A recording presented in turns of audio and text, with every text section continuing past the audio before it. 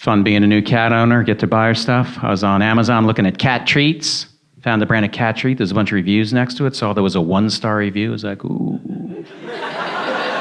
I got to read a 1-star review of a cat treat. This was the entire review. My cat didn't like this. How's that? Guys at his keyboard, I'm going to keep this lean and mean. My cat didn't like this. I could just see that guy at home. Hey, Pockets, come here. Got some new treats for you to try. What do you think? Oh, you don't like them? Well, don't worry. Daddy will bankrupt the company.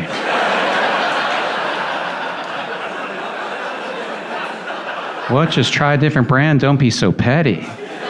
You don't be so polite, Pockets. I'm going to crush them. Made the mistake of getting a kitten instead of an adult cat. That's a mistake. She's adorable, but my God, I don't know what I was in for. She attacks me while I'm trying to sleep.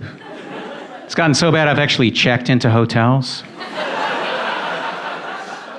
I've checked into the closest hotel in my apartment 3 different times to get some sleep. Probably $5,000 worth of hotel rooms. It's a great check-in, though. You walk in, no bags, bleeding.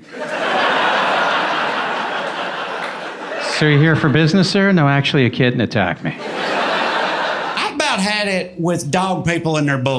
I think. Just, hey. Sad. You hear that? You hear that response? Dude, I've had people get up and walk out right now.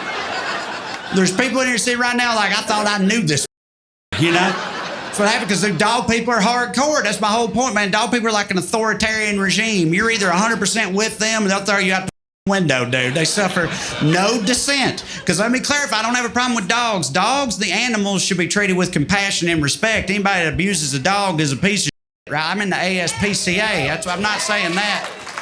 I don't have any problem with dogs. I just prefer cats, right? That's all it is. I just like cats. I like little kitty cats. Right? And dog people get weird about that. They do. Like, you ever had a hardcore dog lover ask you, oh, do you love dogs? And you're like, oh, I'm kind of more of a cat person. You might as well be wearing a Michael Vick jersey, bro. All the trust and joy drains out of their face. They're shielding their kids from it. Get away from him, right? They want nothing to do with you. They think that makes you a bad person automatically. If you like, y'all don't think there's any bad people that also love dogs? Statistically, they have to exist. Somewhere in the world, there's got to be a ruthless cartel drug lord who's utterly devoted to his 3 Doberman pinschers, right? And he feels the same way about them as you do little Buffy the Bichon Frise. He feels the same way. When those dogs tear a rival drug dealer limb from limb, spreading gore and viscera all over the room, when they do that, this guy's like, who's a good boy? The dog's sitting there with a severed hand in his mouth like, is it me? I hope it's me. Has to be a thing. Some of y'all don't buy that. Some of y'all think that's hypothetical. That's not hypothetical. That's historical. It is. You know who loved dogs? Hitler. So hey, if you don't believe me, ask Kanye. He'll tell you. He knows. It's true. And so I was in Burlington, Vermont, drunk. Because what else are you going to do in Burlington? Just watch white people be happy? Guys, if you've never been to Burlington, fun town. Founded in 1990 when a Fish concert collided with a zipline convention. It's just a little town of like-minded Teva sandals in the middle of a forest with a massive methamphetamine problem. Definitely go in the fall when they harvest the blueberry marshmallow vape. It's delicious. So I was there, 2 a.m, drunk in a snowstorm, and I saw a piece of art in a window that stopped me dead in my tracks. It was a photograph of a dog in an old-timey saloon playing the piano with a little handkerchief around his neck like he was some little bandito that just happened to ride into what I'm assuming is an all-dog Wild West town. Probably on the back of a larger version of himself, then saw the bar, hopped off the dog, kicked open the doors, hopped in, had a shot of firewater, saw the piano, hopped up to tickle the old ivories, and the only newspaper dog in town was there at the perfect moment to snap a perfect photo. It's a goddamn piece of art. And I was like, my daughter needs this. So I went to bed, woke up the next morning, found the store. What the store is, turns out. It's a place where you can get dressed up in old-timey Wild West gear and get your picture taken in an old-timey saloon, which makes no sense for Burlington, Vermont. It's not in the Wild West, guys. It would make more sense if you could get dressed up as Bernie Sanders and eat some Ben & Jerry's, but whatever. That guy had a dream. He made a weird store, all right? So I go in, and I say, I love this photograph, this dog playing the piano. And the guy there, he's like, I took that photo. And I'm like, you're an artist. And he's like, do you want to know something about that? And I'm like, I do. He said, that dog wasn't actually playing the piano.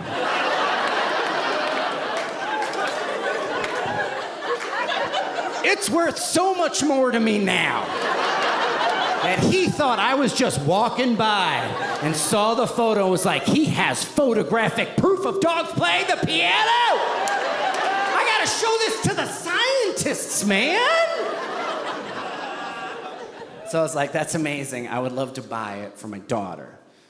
He gets very serious. He's like, oh, this photo's not for sale. This was a client. I took this photograph of a client's dog. Also, it's an heirloom frame from my wife's family. I could never part with it.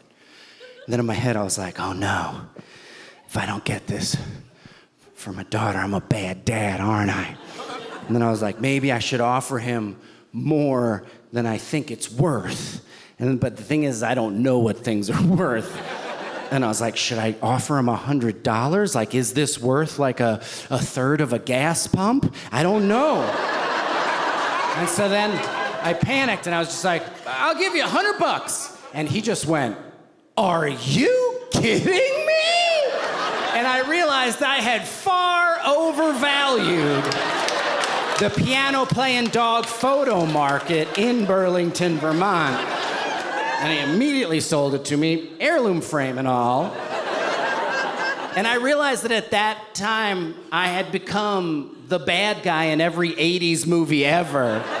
Just like walking into a small town with my bag LA money, like, oh, is it not for sale, old man? Well, now it is.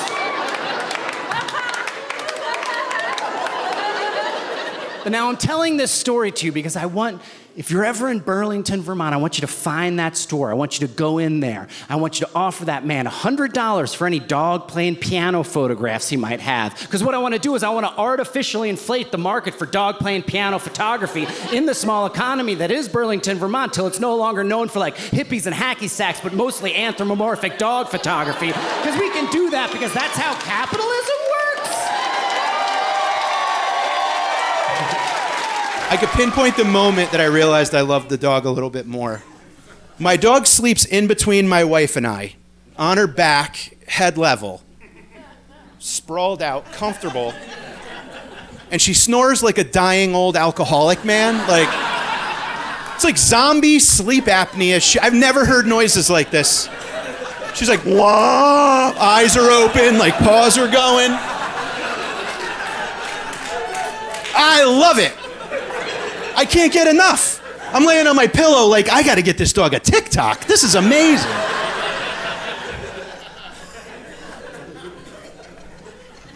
And then my wife rolled over and made one little noise. She was just like, and I'm just staring at her furious. Like, if she doesn't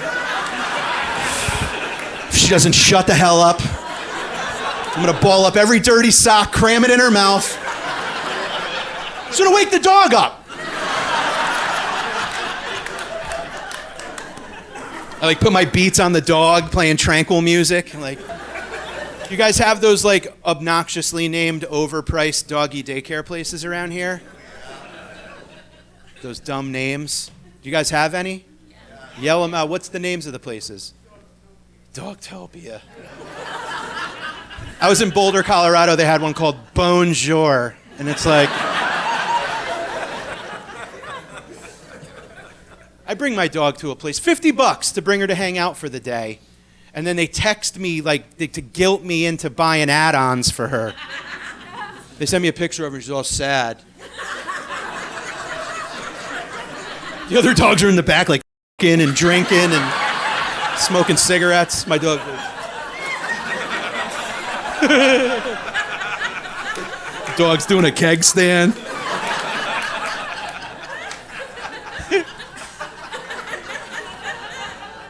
They text me, for $15, you could get your dog a compassionate CBD paw rub. I'm like, can you just make sure she doesn't eat? That's like really all we want. She doesn't need 12 minutes in the heated pool with a snuffle pad. Just please keep her out of traffic. That's all we want. And if you get to the point in your life when you wake up one morning and think, you know, I need a chimp. You're doing too much. Chimpanzees are horrible animals. If you've ever read a newspaper story about someone who's been attacked by a chimpanzee, the wounds are always horrific. And they're always the same. Because chimpanzees are born with this thing called an attack protocol. Chimpanzees are born knowing how to kill you. The first thing a chimpanzee does when it attacks you, and I'm going to tell you. I want you to know. They say that when a bear attacks you, you're supposed to make yourself look as physically imposing as you possibly can and speak very soothingly. The trial and error that went into figuring that out is written in the blood of campers. Bear! Mersey notes and dozy notes and little emsy timey. Don't sing pop songs from the 30s. Next! But bears are so stupid. Bears think we all walk around with shit in our pants.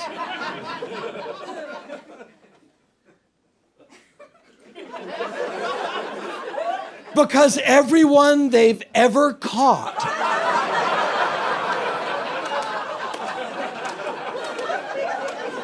well, we're 12 for 12, you tell me.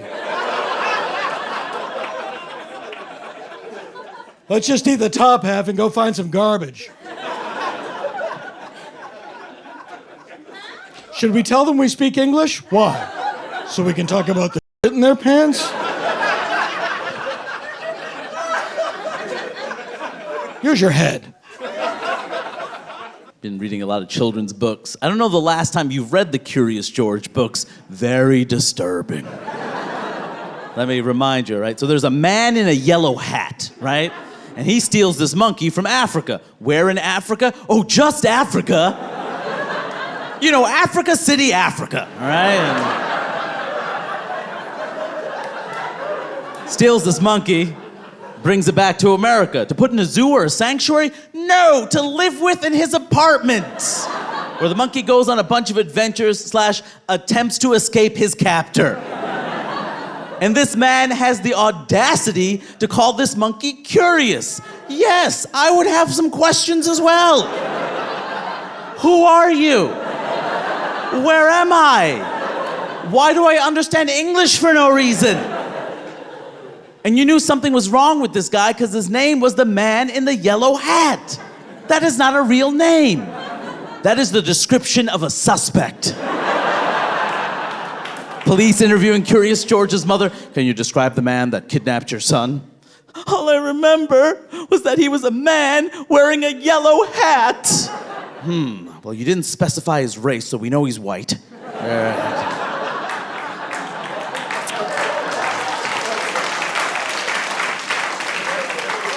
And a yellow hat. Well, no way he's gonna wear the exact same thing for every book of this series. But the thing is, it wasn't just a yellow hat, man. It was yellow pants, yellow shirt, yellow tie, pointy yellow hat. You see what I'm saying? This sick was dressed like a banana. He was kidnapping monkeys while dressed like a banana. He was the John Wayne Gacy of monkey trafficking. Number 1 threat to monkeys, man in the yellow hat. Number 2 threat, of course, monkeys jumping on the bed. His one fell down and he broke his head. And apparently none of the other monkeys learned that lesson. And they kept jumping on the bed, and the corpses of monkeys went all the way to the ceiling, and it was absolutely horrific. Man, I need more adult friends, man. I'll take it somewhere a little bit lighter right now. Any cat owners in the room? Do we have any cat owners? Yeah, give it up for cat.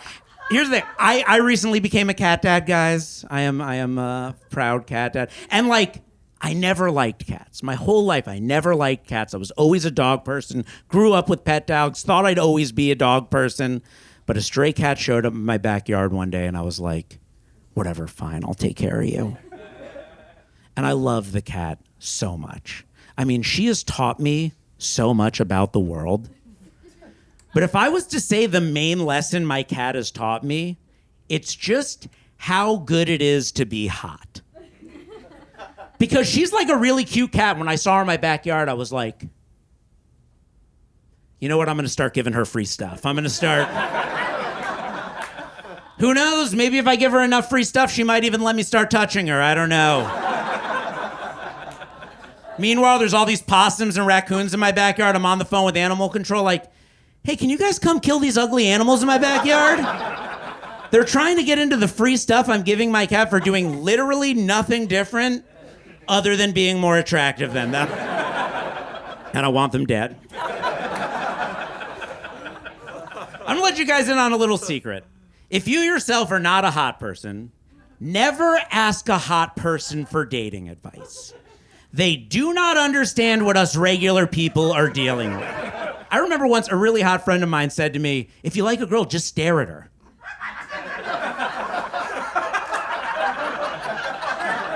I tried it.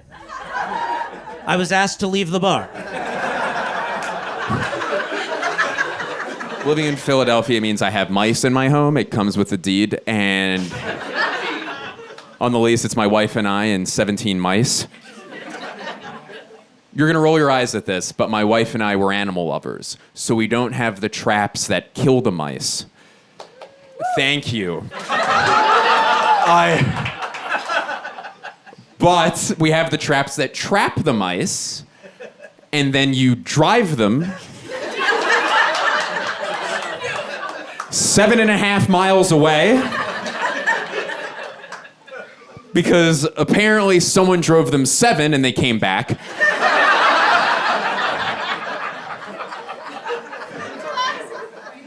One of the most degrading trial and error situations, I would imagine.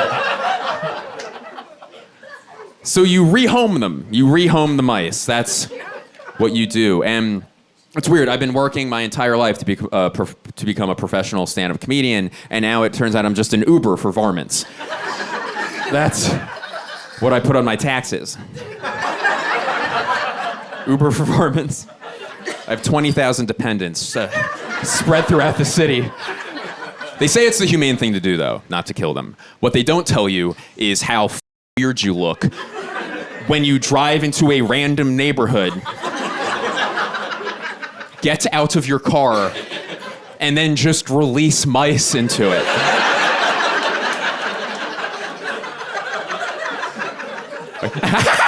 Be free!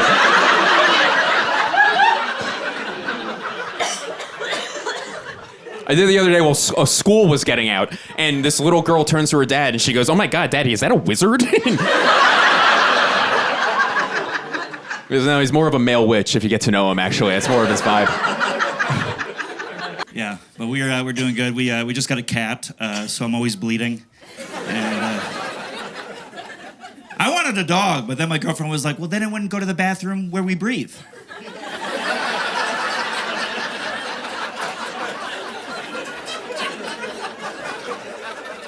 And that was a good point. So we got a cat. And my girlfriend is horribly allergic to cats. But she always wanted one, so we got a hypoallergenic cat, which if you don't know, they are super expensive. So she doesn't know this, but it's actually just a regular cat that I shave every night. She's like, hey, what are you doing in there? And I'm like, nothing. I work from home and have a cat. It's impossible to get anything done. People are like, working from home is just like working at the office. Really? At what office does your boss stick their hands under the doorway like this?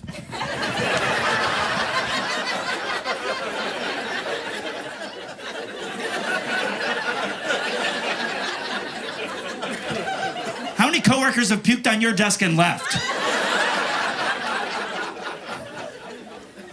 It's a lot. I don't know if you guys know this, but a cat's purr actually helps lower your blood pressure, which is pretty convenient because everything else they do shoots it into the stratosphere. Which, by the way, not fair humans. We can never do stuff like that, you know? Like, someone can't come up to me like, you scratched my car, and I'm like, and then I just go between their legs. Yeah. But I love my cat. I love her a lot.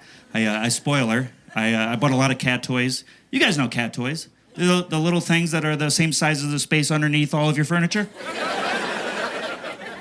Every cat toy I bought is now under something.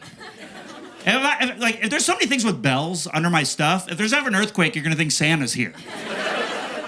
It's great. Like, if I want to play with my cat, I gotta find it. I grab a toy, I throw it to my cat. She hits it under something. She looks at me like, you get it. I'll get it. I'll throw it to her. She does it again. I'm playing fetch. I'm my cat's dog. So, we just got a second cat, and we did. We got a hairless cat. Yeah, that's always the reaction. No one can pretend. No one can pretend to like your hairless cat. Everyone is bad at it. I went to show my best friend a picture of my hairless cat. I know he tried to say aw. All he could get out was, ho! Gee. You should give him your leather jacket. I love my hairless cat. Hairless cats, if you don't know, they're the most social breed of cat there is, and that's because they have to be. When you look like that, you need a strong personality. He's great, though. I love him. He's like having a little version of the old men at the Y. Yeah, I get him a little towel so he always looks like he just got out of the shower. He's like, oh, you're home early. Okay. I thought I had more time. My next door neighbor, he's afraid of cats, regular ones. And then we got this thing. And recently, I came home at the same time as my neighbor. I opened my front door, and my hairless cat sprints down the hallway and down towards my neighbor. And you know those scary movies where the guy can't get his key in the lock? He just looked back. He was like, oh, my God! Why is it inside out?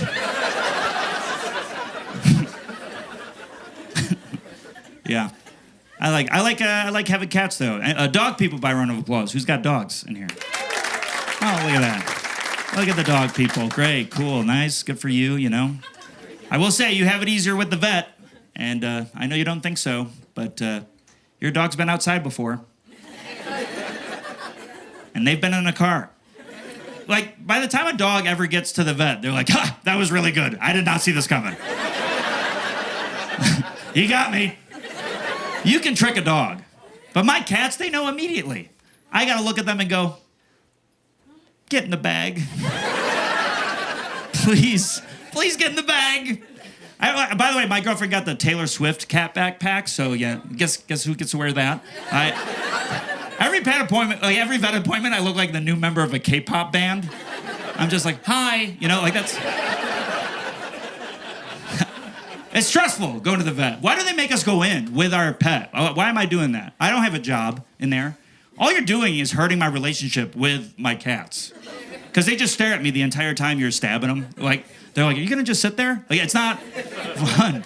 They should, for an additional charge, I should be allowed to stay in the waiting room, and at the end of the visit, I get to rescue my animal. You know? Right? Like a little light comes on, and I just kick the door down. I'm like, put the cats in the bag. That would make the next part easier. When you give me the medicine that I gotta give them, my best friend, you gotta traumatize them twice a day? That's horrible. I'll be sitting with my cat, I'll be watching TV, and then my alarm goes off, and I gotta grab him by the back of the neck and shoot a syringe down his throat. And then I just go back to watching TV. And then he looks at me like, what the hell was that? And then when he feels better, he doesn't know it's because of what I did. He just thinks that's a weird, separate thing that I wanted to do. He's like, hey, I feel better, but what was with you yesterday? We gotta get you a hobby. I don't really have a body built for sport. It's built more for pastry. That's why all my dogs are named after Italian pasta dishes and desserts. That's what makes sense for me. You know what I'm saying? Yeah, all my dogs. Gatto, Pups, and Friends, my rescue. I got so many dogs, you know? It wouldn't make sense if my dogs were named any other way. Like, if my dogs were named after exercise routines, it's off-brand. I can't be like, yeah, these are my dogs. Push-ups, sit-ups, treadmill. No. I got cannoli, biscotti, spumoni, tartufo, tiramisu. Yeah. Linguine, ravioli, the brother and sister fettuccine alfredo. Cupcake, broccoli rabe, I got them all. And I got 2 kids. What the f*** are their names? But with the dogs, it's not bad, you know, because they're all old, like, senior dogs, and they're all, like, falling apart. I had this one dog, Mishkeen, okay, 14 years old, 5 pounds, 0 teeth. The tongue just hung out of the mouth. One of those numbers. Blind as shit. Used to walk off everything. Chairs, stairs, beds. Whoop. It was like a stunt dog. He was the Tom Cruise of Bajan Frisés. I'm outside the house. I have an in-the-ground pool. One day, here comes Mishkeen. Whoop, splash into the water. And I'm thinking what we're all thinking. It'll swim. It's a dog. They have a swim named specifically for them, the doggy paddle, right? All dogs know how to swim like all chickens know how to dance. Mishkeen hits the water, starts doing this half-assed, one-armed. Starts spinning in a circle and sinking into the abyss. Down to the bottom, I jump in fully clothed. I can't have this dog die on my watch. I'm the dog father. Pick him up, hold him high, like he's Simba from The Lion King.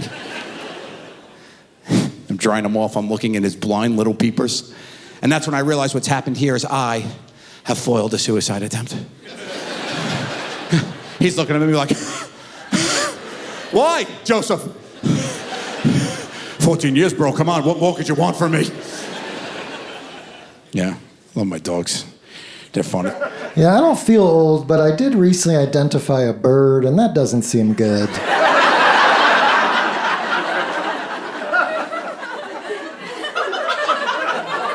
Is that a whippoorwill?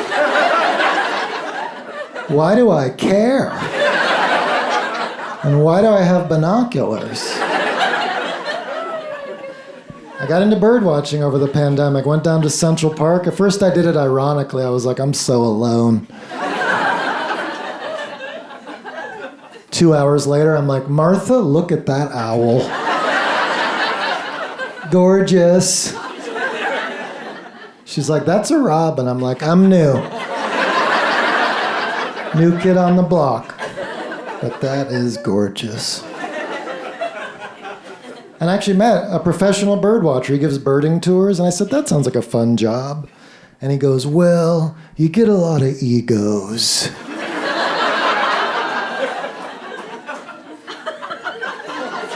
In bird watching? And he explained that people will brag about how many birds they've identified in their career. And the best part is how they verify they've seen a bird is they just say that they did. So I've seen every bird. Prove I haven't. All 10,000. Oh yeah? Where'd you see the cinnamon-breasted toady tyrant? Asheville. They only live in Tasmania. Yeah, I was surprised. I was like, weird. Here? Check. But if you ever meet an arrogant birder, you could actually have more fun if you went too low with your number. If they're bragging, just be like, I've only seen 2. Well, you've seen more than 2 birds. I wish.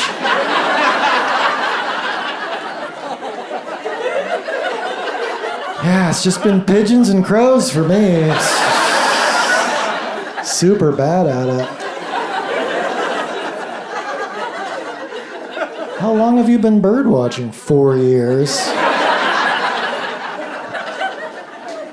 I don't know if I'm looking in the wrong places or what. I've seen chicken nuggets, but that doesn't count. I know. I like what PETA's doing. They're trying to remove animal violence from figures of speech. They want us to stop saying kill 2 birds with 1 stone, and they want us to replace it with feed 2 birds with 1 scone. And that's so sweet. And I could almost see it meaning sort of the same thing. And I want all of us to implement it immediately. The next chance you have, no explanation. Hey, while you're grabbing gas, could you grab some milk as well? Feed 2 birds with 1 scone.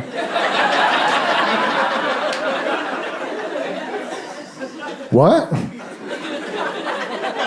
Just grab some milk with the gas, would you? 2 birds, 1 scone. But birds, a lot of them are gluten intolerant, so if you feed 2 birds 1 scone, you could kill 2 birds with 1 scone. Yeah. The violence remains. And I spend a lot of time in coffee shops. I know I didn't need to say that out loud to you, but I do. And scones will get rock hard about 2 hours after they were fresh. So you could even kill 2 birds with 1 scone, stone style as well. There's more than one way to skin a cat. I mean pet a cat. More than one way to pet a cat, this way and that. Tail and back. Whiskers. You can kill a bunch of birds if you have 1 cat. Mm-hmm. You sure can. You sure can. I don't know if anyone here is considering getting a dog. If you are, you can ask yourself these questions. Do you have many open wounds that go unlicked? Do you find putting on or taking off socks to be too uneventful? Have you ever heard your doorbell and thought, yeah, that could be more annoying? Then I recommend dogs. These slippers are too easy to find. Some dogs can be really difficult, though. You don't know what you're going to get. Like, I have a friend whose dog is so difficult, he tells me his age backwards. I'll ask him, like, how old is your dog now? And then he's like, I think I have 7 years left.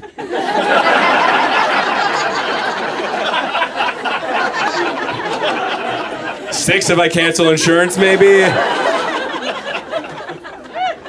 We got our dog as a puppy, which is a baby dog. I don't know if you know that. What happens when you get a puppy is you're really excited, everyone's excited for you, and then 2 weeks later, you have a nervous breakdown.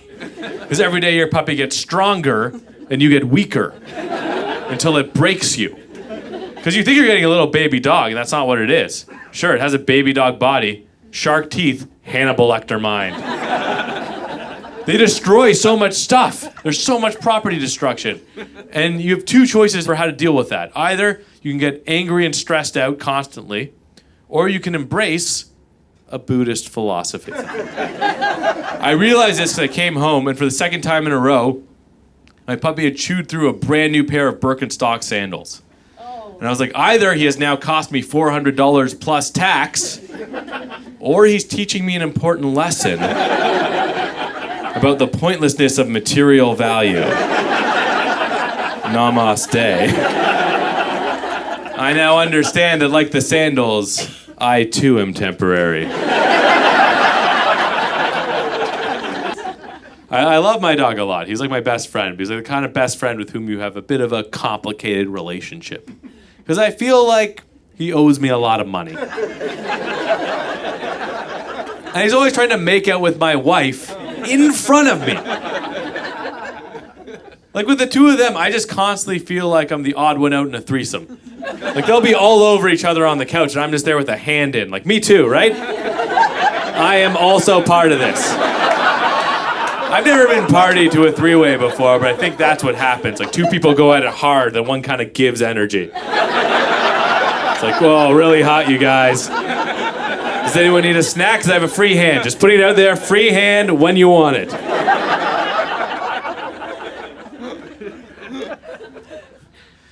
I just get worried that my wife does love my dog more than me. Just based on the number of sweaters she has knitted for each of us. 4 for him, 0 for me. It's not looking good. She also kind of said that I do rank 3rd in our family of 3. Not those words, in a different way. Because I was going to take my dog on a hike in the woods. Because we have beautiful woods here in Vancouver. We can hike with your dog. And the only small risk is that there might be a giant killer animal. So my wife is concerned for our 30-pound anxious dog. And she stops me and she goes, hey, just so you know, if you run into a mountain lion, you have to protect him. And I was like, just so you know, I also cannot fight a mountain lion. I've deceived you with all the spider victories.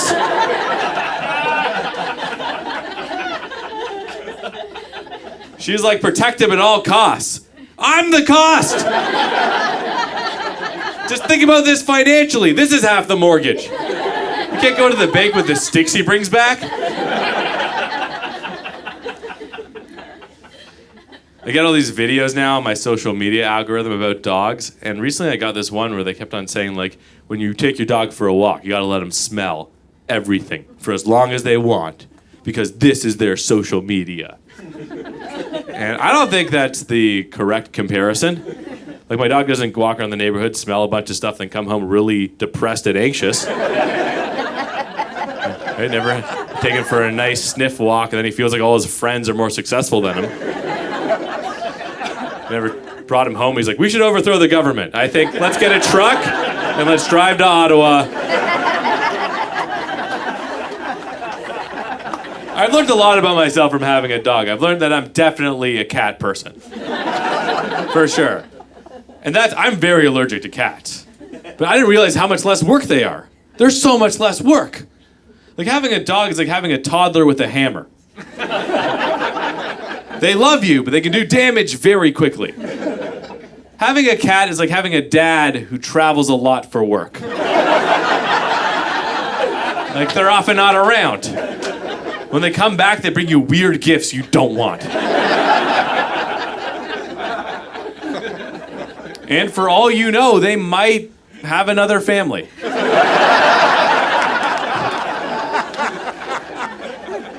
So I didn't really have major pets growing up. I've always been into animals, though, and I've retained some of the animal facts I knew as a child. I don't know if this is an official animal fact, but I would wager, of all the land animals, the hardest to drown is the giraffe. Like, giraffes must feel no need to learn how to swim at all. They're like, how deep is it? I think I'll walk. I'm a horse with mixed with a periscope on stilts. I'm not afraid of these oceans you speak of. Like, we don't talk about this enough as a society, the undrownability of giraffes. Sometimes if you see a really strong, muscly guy, people will say, like, oh my God, that guy's so strong, he could probably wrestle a lion with his bare hands. Then I'm like, but could he drown a giraffe? I don't think so. You need machinery for that. Project management. There's also people out there that review cat food.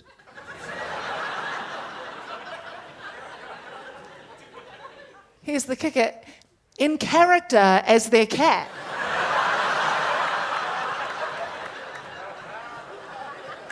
Like, if you look it up, you can look it up when you get home, like Fancy Feast website. There's like reviews and they're like, every morning I go over to my bowl and I'm so excited to eat my Fancy Feast. It's And I assume they're writing it in character as their cat. Otherwise, Fluffy is a weird woman. Everyone's terrified of offending. You can't offend Australians. You can't. You tried. You tried with Outback Steakhouse. You tried.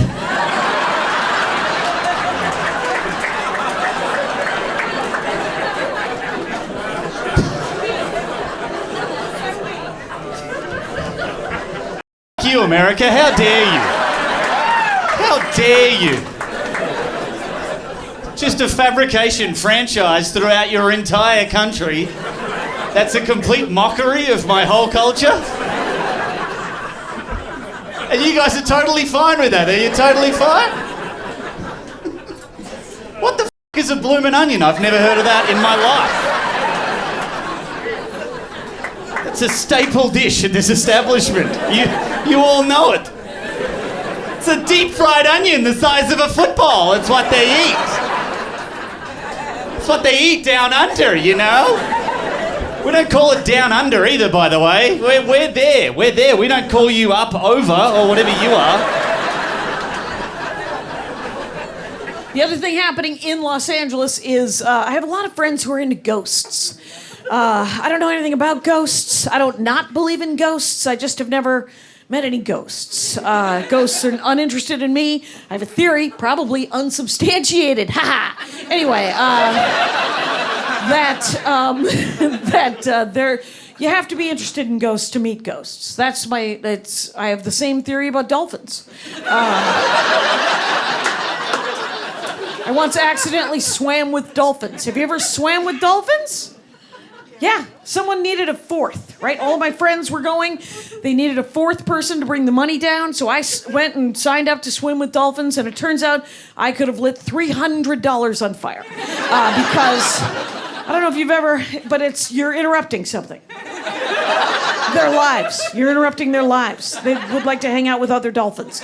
Anyway, I will chase a dolphin or a whale. I'll go on a whale watch. I'm there. I will chase it, but I don't want to get involved. We don't need to meet. Have you ever gone to an aquarium where you get to pet a stingray? I did it once, and then I thought to myself, how would I feel if a hand came out of the sky and just started doing this? Nope.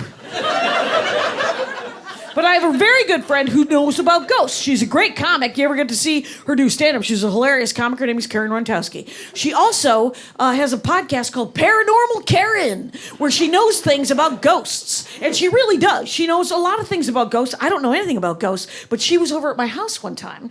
And when she was over at my house, she said she thinks I'm afraid of ghosts. I am not. I don't know. So she said to me, you wouldn't want me to open this app in your house. It would tell you if you have any ghosts. And I said, app? Where'd you get the app? And she said, App Store. And I said, please open Ghost Radar in my home. Ghost Radar is just that. It's just a radar. Boop, boop, boop. And so she opened it. Guess what happened? Ghost! Right behind me. Weird. Anyway. So Ghost Radar, there's a ghost there's always a ghost, and then a word pops up, and that word in my house was red. And we had another friend over, and my friend said, I have a red sweater in my car. So what I'm saying is that maybe you see ghosts or meet ghosts or know things if you're looking for it. I have never met a ghost. Whenever anything might have been a ghost, I tend to go water heater. The house is settling. I don't know. I'll tell you the story. There's a gas station near my house. Has a little handwritten sign on one of the pumps. It says, please replace nozzle to pump before driving away with it. Thanks. And like years ago, I took a photograph of this and I posted it to Instagram, and me and a bunch of strangers made fun of all these human trash piles who were just driving away with the pump still in their goddamn car. And so when I drove away with the pump in my car about a year ago, I was bashful. Have you ever made fun of yourself from the past with a bunch of strangers? Because I have. And the thing is, I didn't even know I did it. I had no idea.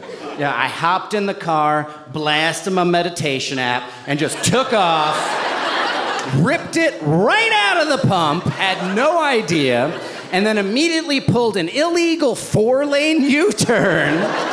And all of the oncoming traffic was like, bam, bam, bam, bam, bam, bam. And I was like, oh, you fucking church Nancy's.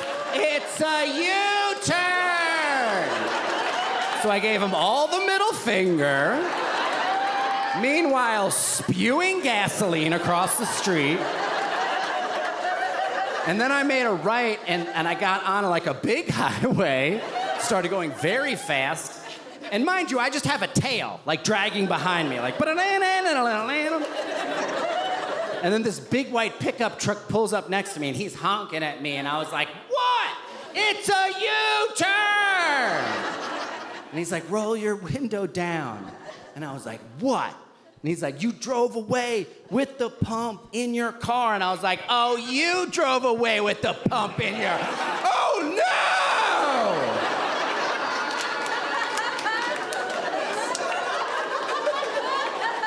no! So I did. So I did. And then I was very, very, very embarrassed.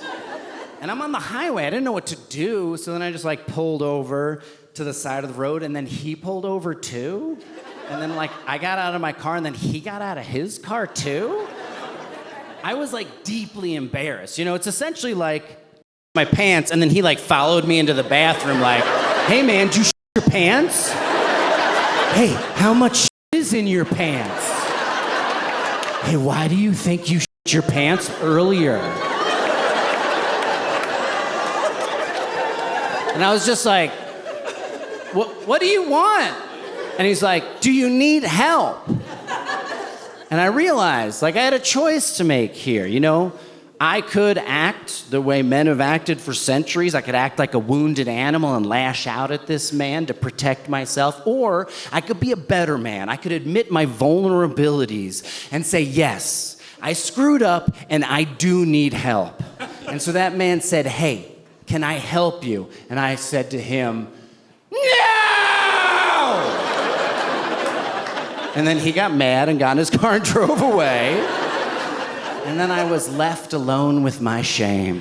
And I like walked over to the back of my car. I pulled out the gas pump and I was like, oh, there's definitely still a lot of gas in here, you know?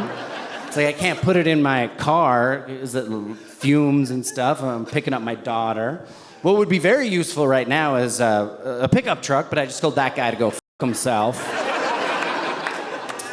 So then I just left my car on the side of the road and then walked with it in my arms all the way back along the highway, down the exit ramp, back to the gas station, where both managers were waiting for me outside.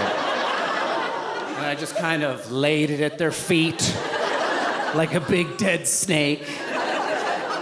And I was like, well, what do we do now? Turns out it costs $350, which is honestly a lot less than I expected. I mean, you don't get to keep it, but also they're like designed to just pop right off. So the thing is like, just do it. It doesn't matter. Just do it. Also, if you turn it into a comedy bit, it kind of pays for itself.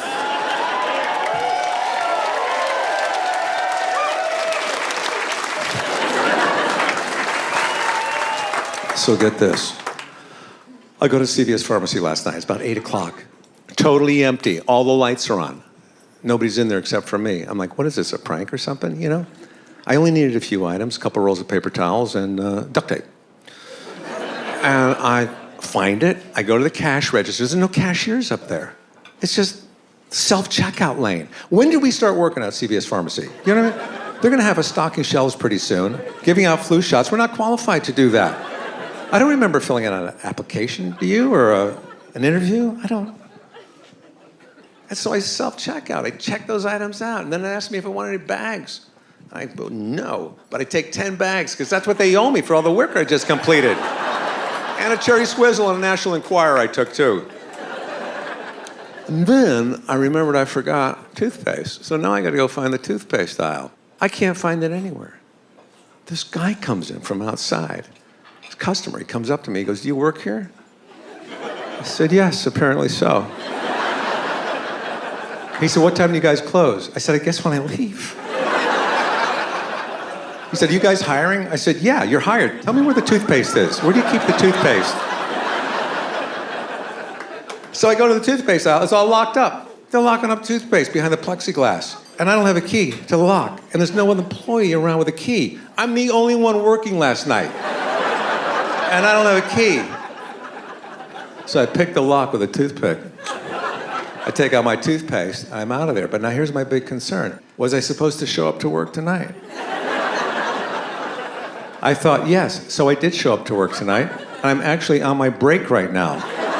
And I gotta go soon. But do you see what's happening? We are being duped into working for these former employees at these companies. We're not getting paid. You go to these burger joints now, it's the same thing. Build your own burger. No, you build my burger. I just built an omelet down at the cafe this morning. You build, I don't have a permit to build food. I'll go to IKEA if I want to work and build something. And you go to these concerts. At the concerts, you know, the bands make you work. You know, you got...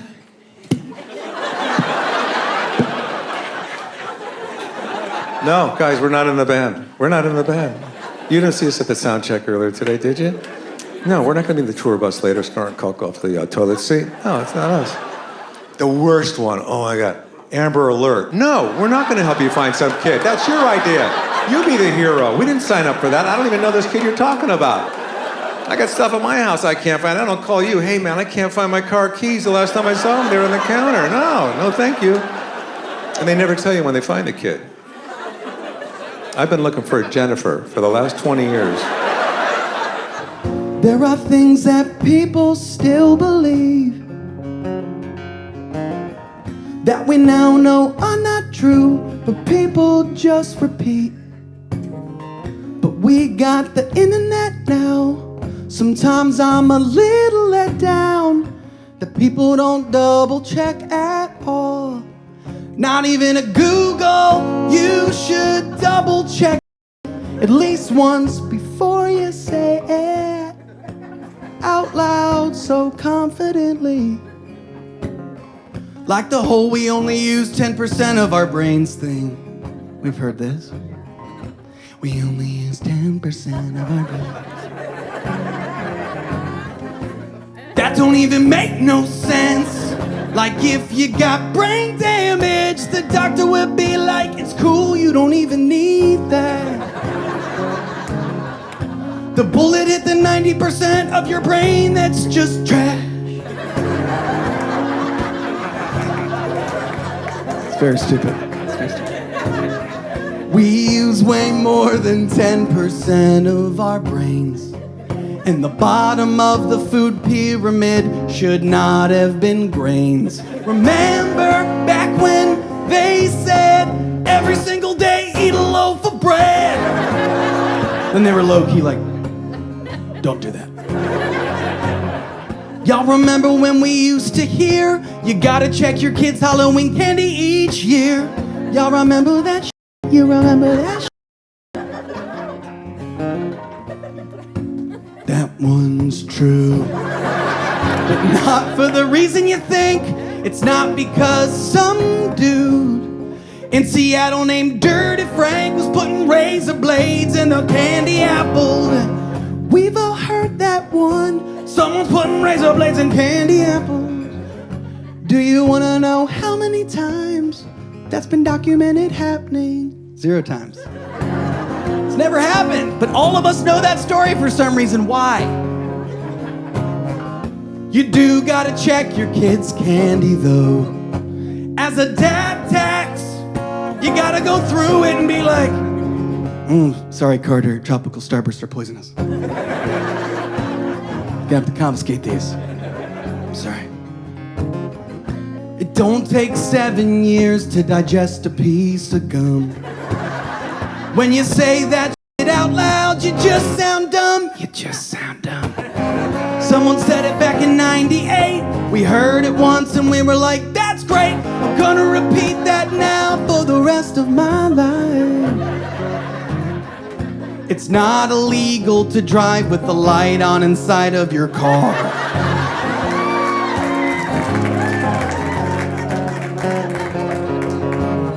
I think it tells the cops that the driver is drunk, and they usually are. They always are. Jellyfish stings aren't cured by piss. I think that's a rumor started by guys who are into that kind of shit. Like Dirty Frank, the candy apple guy. He wants to pee on you on the beach in front of your son, and he wants you to be in pain, and he wants you to ask him to do it, and he wants people to clear a lane and be like, make way, this guy's gotta piss into an open wound. What's I'm not lying to you. Peeing in a jellyfish sting, every single person in this room, when I said jellyfish sting, every single one of you was like, piss in that. Jellyfish sting, Luke. Medically, Luke, piss in that. Luke, medically, the piss, it gets into the sting, it deactivates the toxins in the sting. The piss, it gets into the sting. It deactivates the toxins in the sting. No, it doesn't. It doesn't. Google it one time before we all think that forever. If you start to Google it, it'll cut you off and say, stop peeing in open wounds. Stop. Your piss is acidic. It makes it worse. Has anyone here gotten stung by a jellyfish? Did someone piss in it? Yes. How did it feel? Not good. I was 9 and it was in the south of France. So it was a Frenchman. And you know there was some guy just waiting around to do it, too. He's holding it in. Pierre's holding his piss in, waiting for a 9-year-old to get stung so he can go piss in it. Any other medical situation, you'd be like, that's insane. Like, my dad had a heart attack last week. Did you piss in that? I grew up speaking Finnish. It's very, very common in Finland. And I did learn English back then. I learned English, they teach English there, but when I moved here, I learned that it's not the same English that you have. The English here, it's different. I think the biggest difference is there's so many of these things here in America. These, when you shorten a thing, down to just a few letters. I think it's called acronym. Like, there's so many of those, like FBI, YMCA, KFC, like so many of those. And I've noticed that people here seem to assume that every single person knows the meaning of every single one of these acronyms. Even people who moved here like 4 hours ago. From day one I moved here, people just say to me things like, yeah, I'm going through TSA at JFK. You want a PBJ? I have a PhD and I take CBD for my ADD.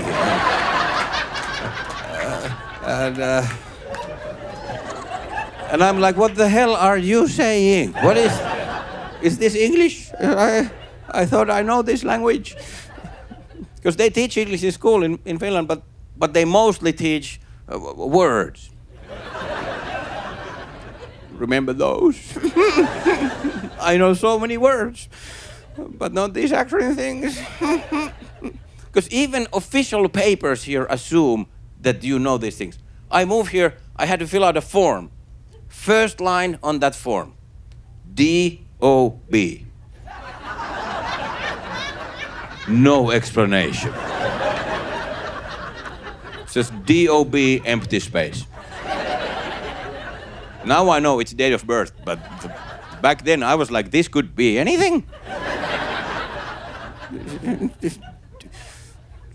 Dead on the beach. No.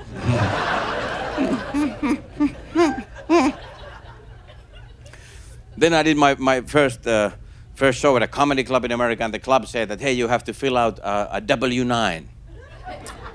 And I was like, what the is that? And he said, it's a form for the IRS. Well, what the is that?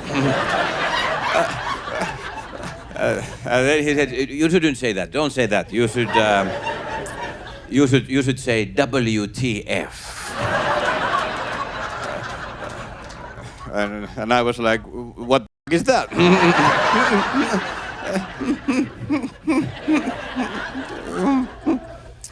Because back home in Finland, we just don't use these acronyms that much. Like, now we have a little bit more, but when I was growing up there, we had 2. We had only 2. UFO, HIV.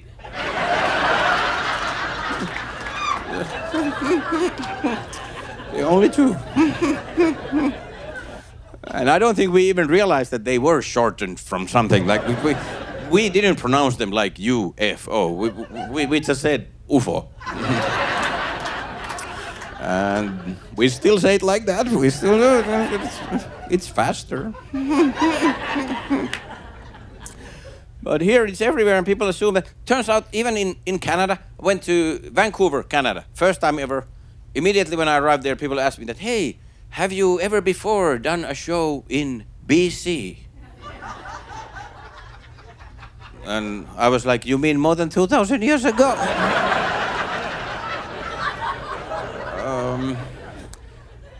I don't think so, no. I was so young.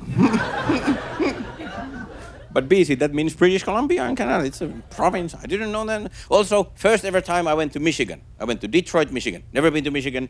And immediately when I got there, people were like, hey, have you been to UP? You have to go to UP. Yeah, UP. And now I know it means Upper Peninsula of Michigan. I know that now. But how the could I have known that back then? Like, how did you don't know that? Nobody, in Finland, 0 people know that. Nobody would know that. But they just assumed. They were like, UP. I was like, yeah, and I also poo.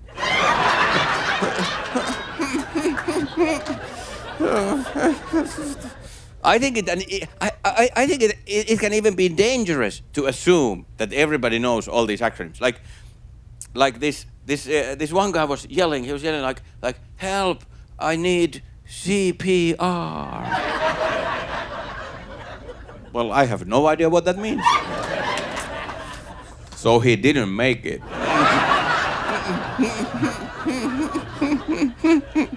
So it's dangerous. But don't worry. I am determined to learn all the acronyms. I have to, because I live here. I live in the land of acronyms. This is the land of acronyms. Even the name of this country. That's the first hint. There will be more. Even the name, USA. I've actually noticed most people in the USA almost never say USA. Most times you say US.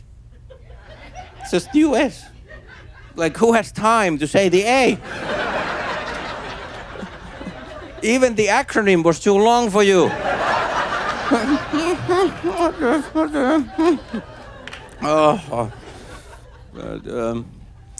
But I am learning. I learn many of them now. Like, just yesterday I had a WHO. No, you know that? No. Now you know how I feel. I made it up. That's how I feel every day here. But I'm learning, and I figured the best way to remember all these acronyms is a little song. So I made this little song. It's the acronym song. I took the melody from another song. You might recognize it. It's a song that has lots of letters in it. It's the alphabet song, okay. But I modified it, okay. A, B, C, NBC, HBO, MTV, PTSD from DMV. DUI with SUV. IBS. OCD. FYI. STD. Here's a sport I can't watch. Baseball makes me want to die. Nothing happens, and it happens slowly. And the players don't care. They finally put a clock on it, but they need more clocks on it. It's the only sport where the players don't charge onto the fields. They just take their time. Everything is taking their time. They just kind of meander out. Shoelaces untied. They got a big gulp, smoking a cigarette. And you're like, all right, I guess we're going to start. And they're like, nah, we're going to play catch for about 5 minutes. While you guys wait, we're going to throw some grounders, play a little catch. Matter of fact, we're going to do it every time we switch sides. Catch starts again. So you watch that, and then you're like, all right, I guess now we're finally going to start. No.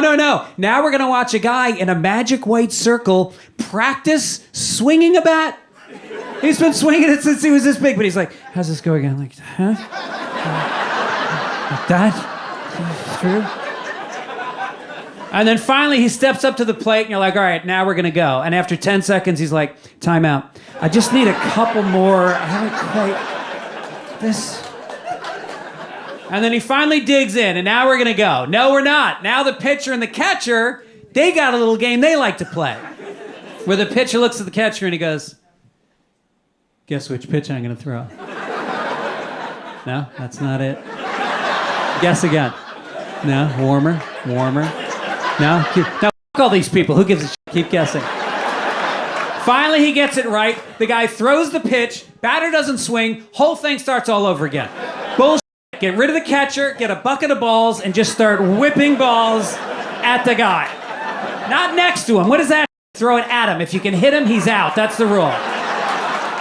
Now he's going to swing at every pitch just to defend himself.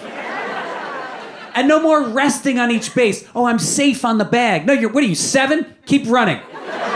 You keep running until you're tackled by a guy from the other team who's carrying the ball. And a bat. Every player should keep a bat in their hand throughout the game. I want to see 18 guys jacked up on steroids, frothing at the mouth, swinging bats at each other. That I would watch every night.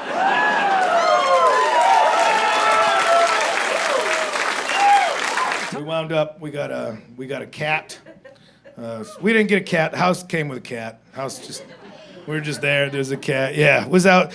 We weren't even sure the cat was real at first because it was up. Look at it. Looked. There was some real Pet Cemetery action. Covered, scrub brush, and just it's missing some ear. Had like David Bowie eyes, you know. What are you looking at? Everything? Nothing? What's going on with you? It always just appear from around structures at first. There's always one of these.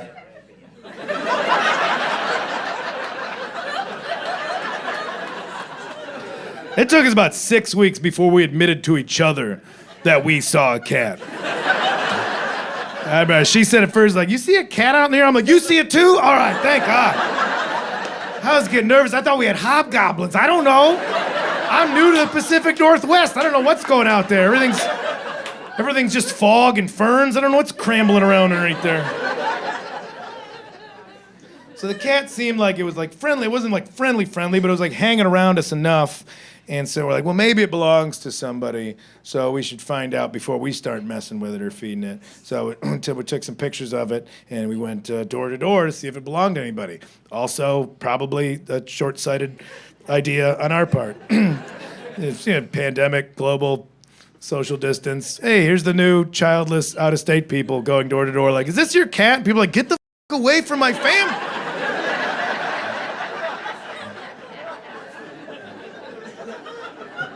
Yeah, you're right. Yeah. The old guy next door answered the door, but the chain's still on the door. He was just like, oh, that cat? That's nobody's cat now. That cat there, that cat belonged to the earth. Yeah. That cat come up from the soil when the sun go down. and just roams amongst the mist, just eating dreams, out nightmares. That's what they got. Man, just say it's not your cat, old man, all right? I don't have time for folklore. I got other neighbors to harass.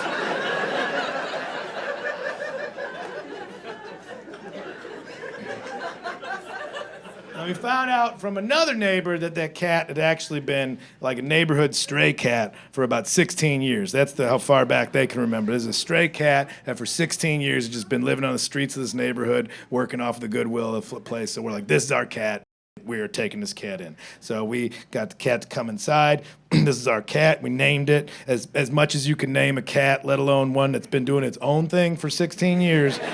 It's mostly just for reference between us, you know. So at first we were calling it Helen. We thought it was blind and deaf, so we were calling it Helen. You know what? I didn't name it that. My girlfriend named it that. So you're not mad at me. You're mad at her. And yeah, I will throw her under the bus. Yeah. All's fair, babe. She was calling it Helen. I was calling it Dirt Nap. That's how I was calling the cat. On account that it would sleep all the time and was filthy, but also it looked deceased more often than not. That cat looked like it had perished many times. Like, oh, cats sleep weird, but like draped over a curb, under a car tire, just with its eyes open, looking at nothing. I walked up to it with a shovel more than once. It was like, well, this is a sad day, and it would just run off. I'm like, oh, look at you. Look at you little crisis actor. You got an agenda, and I don't know what it is, and that's what I like about you. You're mysterious. Little cross-eyed ghoul. Yeah, Dirt Nap, Little Dirty, Little D. We'll be calling her Little D for the rest of the story. Also be referring to her as she and a her. We thought it was a female cat. Turned out it was a neutered male, but we didn't find that out until later. So Jenny Nooch for gender neutral is the name for some of the time. And then for special occasions, we call her Miss America. And by special occasions, just when you could say something truthful that it's more funny when you could be like, man, Miss America on the couch again.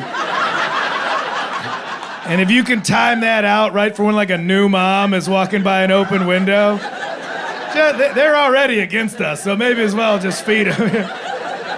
What are they doing to that future beauty queen in there? We got this cat, and we brought it in. We're like, we're gonna give this thing the best sunset years we can give it. You know, we're gonna pamper it. First, we took it to the vet, make sure it's all dialed in. We took it to the vet. And right away, the vet was just like, oh, it's got a thyroid issue. It's thyroid. It's got bad thyroid. It's got to be on a special diet, very special. It's a prescription diet. There's prescription cat food out there. Why? Who's trying to get the cat food that's not, okay, man, hook me up. Hook me up with that Hills prescription, man. Like 5 cats in a trench coat rolling in, like, hello, we're here to pick up for Mr. Meowser. Trying to make that cat meth, dog. Come on, man, come on. It's a prescription. You can only get it from me. It's $70 a bag. I'm like, all right, you know what, man? I know it was middle pandemic, and I was all about the doctors and the scientists, but the veterinarians,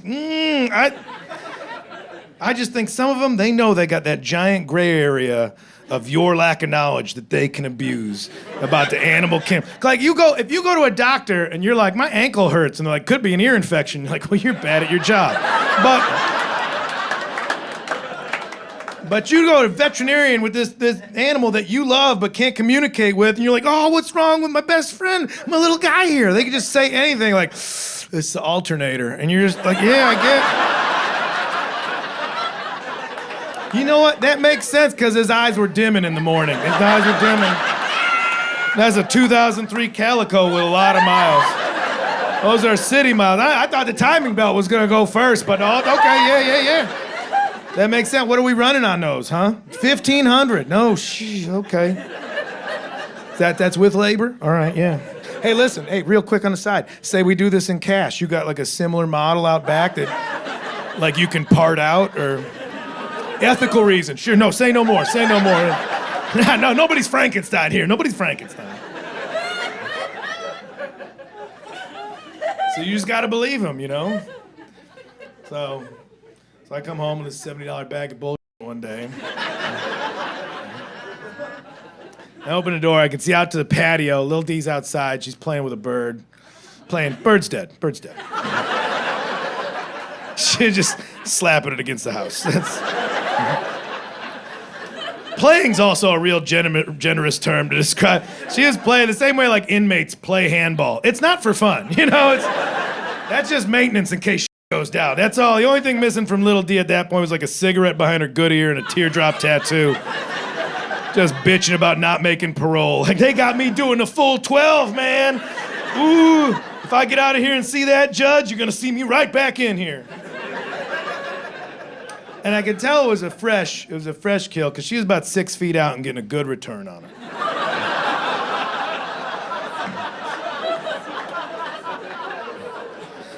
And so I come in with this food, just shaking it like, Lil D, I'm gonna save your life. Look at this. And she looks up, because she can hear. It's selective, but she can hear. And she looks up, she knows it's food. She looks at the food, and then she looks at me and just puts it together. She's like, oh, you're gonna want me to eat that? Watch this. And then she just ate the bird. Just, like at me, like maintained eye contact, but ate the bird. And I know cats eat birds, but I was not ready. Like, I assumed it was gonna be messy, but with strategy. That's what I thought. Like, it's a whole bird. I thought it was gonna be like brutal, but you know, with technique, getting to the soft part. Like the same way, like we've all had that night where we just get a rotisserie chicken just for yourself. Those nights you get home, like, close the blinds, I'm going elbows deep on this bitch. Like those kind of nights. That's what I thought I would have seen. What I saw and was not prepared for was the full-on David Blaine street magic disappearing act that she did on this bird. Just entire thing disappeared. One Forrest Gump feather just floating down for effect. Still looking at me like, what? Where did it?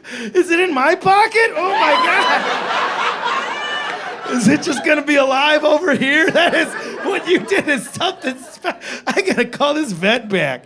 And I rang him up right then and there like, yeah, hey doc, I don't know if you got a plan B for this whole thyroid thing, but Lil D been out in these streets just consuming her own enemies for the better part of a decade and a half. So if you got some alternatives, I'm all ears right now. And that's when the vet on the phone, he's like, oh, chicken baby food's totally acceptable for a thyroid issue, too. You can feed her chicken baby food. I'm like, oh, chicken baby food. Oh, the that's 50 cents a jar? You could have led with that, you fucking quack. So that's my life now when I'm not on the road. I'm just buying racks of chicken baby food. I'm just buying full, just cases of chicken baby food. And every morning that I'm at home, I gotta wake up and I gotta heat up a little jar of chicken baby food. Because now that we're an indoor cat, we got particular about temperature. So I gotta heat up this little jar of chicken baby food. And I throw up through my nose a little bit, just And we feed this to our human babies. You women are savages. I do that, and then I go, and then I clean out the litter pan, because these are the things you have to do when you let vermin live in your house. I go, and to get through the litter pan part, I just squat over it and pretend that I'm just an optimistic prospector, and this is my lucky day, because it's the only way to get through sifting through that, is to sit there and be like, oh, I got a good feeling. That's a big one. That one's pure gold. Me and Ma don't have to live on the front. That's a poop. Okay, all right. Oh, look at this one coming downstream. Woo, boy, I'd take that to the bank. I'll buy the bank with that. That's just a piss fritter. All right, well, third time's a charm. I'll take silver at this point. Anything to get me out of the dusty old wet. That's a poop, too. I think this creek done run dry. That's just a fun thing to do for me, because you got to be creative with your chores.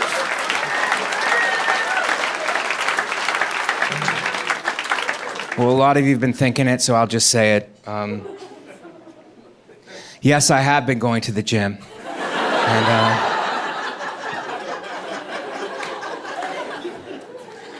I got a very expensive gym membership. It's the most I've ever paid for a gym membership, but you have to invest in yourself. I think someone tweeted that.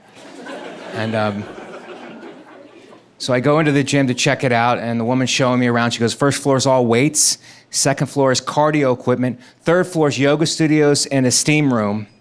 And then she told me the price. And I go, which floor do you go to declare bankruptcy? Because I'm probably gonna have to do that at some point. And like a good salesperson, she pivoted. She goes, what's your fitness goal? I go, for this much money, it's Thor. I would like to be half man, half God. I would like to have a hammer that I also use as a weapon. So I do a one-day trial, and I'm in the steam room trying to sweat out some of my poverty.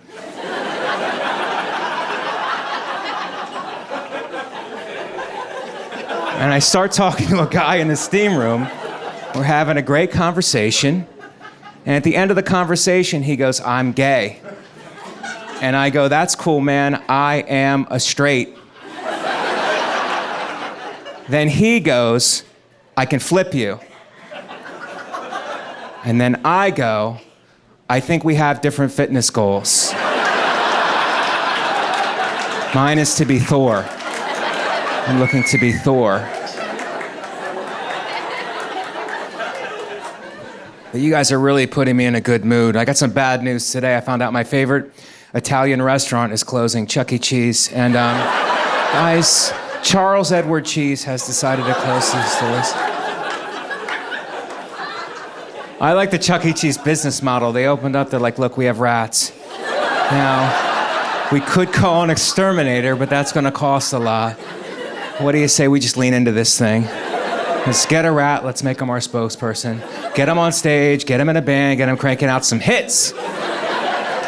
Charles Edward Cheese. That's his Christian name, Charles Edward Cheese.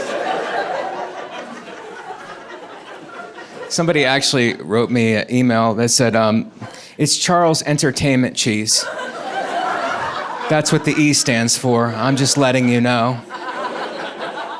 I'm like, wow, you have a lot of time on your hands, man. You're correcting for the love of Charles Edward Cheese.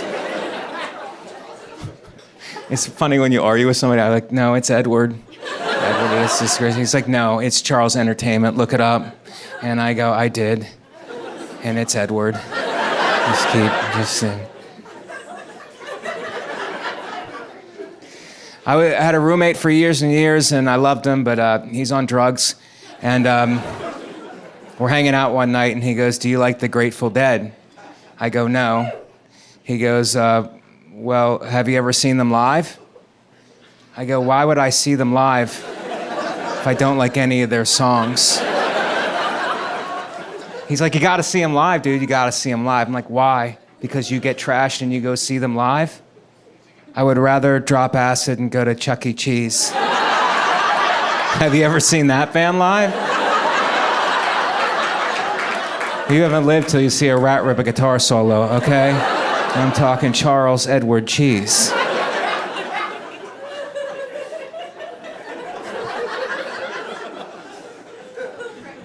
I'm Italian American and I live in New York, and one of my passions, stand-up comedy's my job, but one of my passions before the dark times was to go from city to city around this great country and tell people in these different cities that they have terrible pizza. It's awesome, guys. And it weirdly hurts people's feelings. And I can work it into any conversation. I was in Baltimore, I'm coming down in an elevator, I'm talking to this woman, she goes, oh, you live in New York City? How did you enjoy our aquarium? I'm like, lady, I don't know anything about your aquarium, but your pizza is terrible. She goes, what's wrong with it? And that gives you a pathway to insult their entire town. I'm like, first of all, miss, in order to have good pizza, you need good water. You guys don't have it. And maybe you're using all of your good water in your aquarium, but you're not using it in your pizza, Because it sucks. Your toppings are bad. Do you have any Italians in this town who could make a pizza? Anyone who could read a recipe? Do you have anyone in this town who could read? Do you guys have schools? It's a new thing sweeping the country called schools. Then I'll compare the town negatively to another town close by. I'll go, look, I was just in Cleveland. That's not great pizza, but it's not this dog crap. It's pretty fun, guys. You guys are a great crowd because you're getting my jokes, you know? A lot of people don't get my jokes. Not a lot, some. You know, some crowds don't get it. And if there's a joke in everyday life, I'll make it.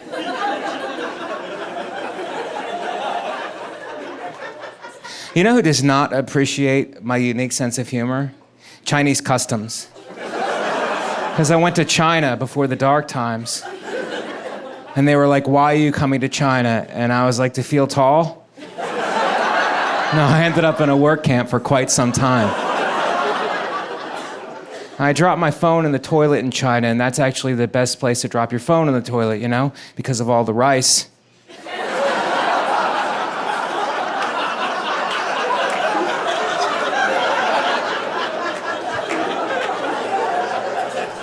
But I wouldn't put it in white rice, I put it in brown rice because of my commitment to diversity.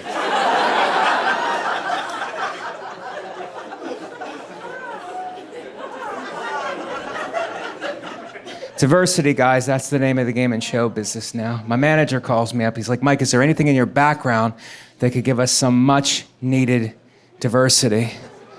I go, well, I'm 100% Italian. Does that help? He goes, actually, that hurts us a lot. So if you could not mention that again, that would be a big help. Then he's like, what about what's going on inside of you? Is there any diversity there? I'm like, what do you mean? He's like, with your feelings. Like, sometimes do you feel like a woman that is trapped inside of a man's body? Because that's a story we could tell. I'm like, no, that's not really happening. But I was born C-section. So I was a man who was trapped inside of a woman's body. I don't know if that counts. I don't know if that makes... Am I a hero? Am I a hero?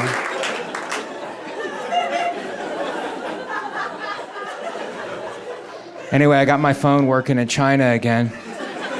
And my Chinese tour guide was like, Mike, how are you enjoying China? I'm like, it's pretty good, but your pizza is terrible. And I was like, you know who has a pretty good slice? Korea. It's not great, but it's not this dog crap.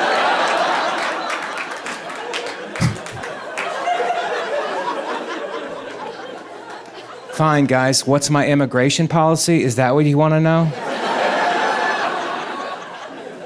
90-day fiance. I say, if you want to come to this country, that's fine, but you have to marry one of our worst people. Have you seen that show? I would rather go back to El Salvador and fight MS-13 than to marry Darcy from Connecticut.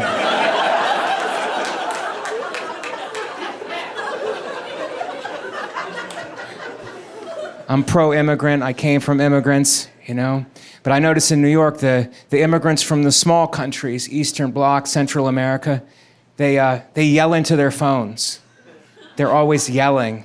Yelling is toxic and problematic. I don't know if you guys know that or not. It's no longer ethnic.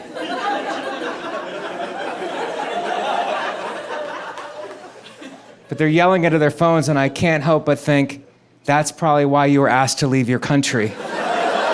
Country is so small and you're yelling, the cops were probably like, you need to go to a bigger land, more suited to your voice inflection.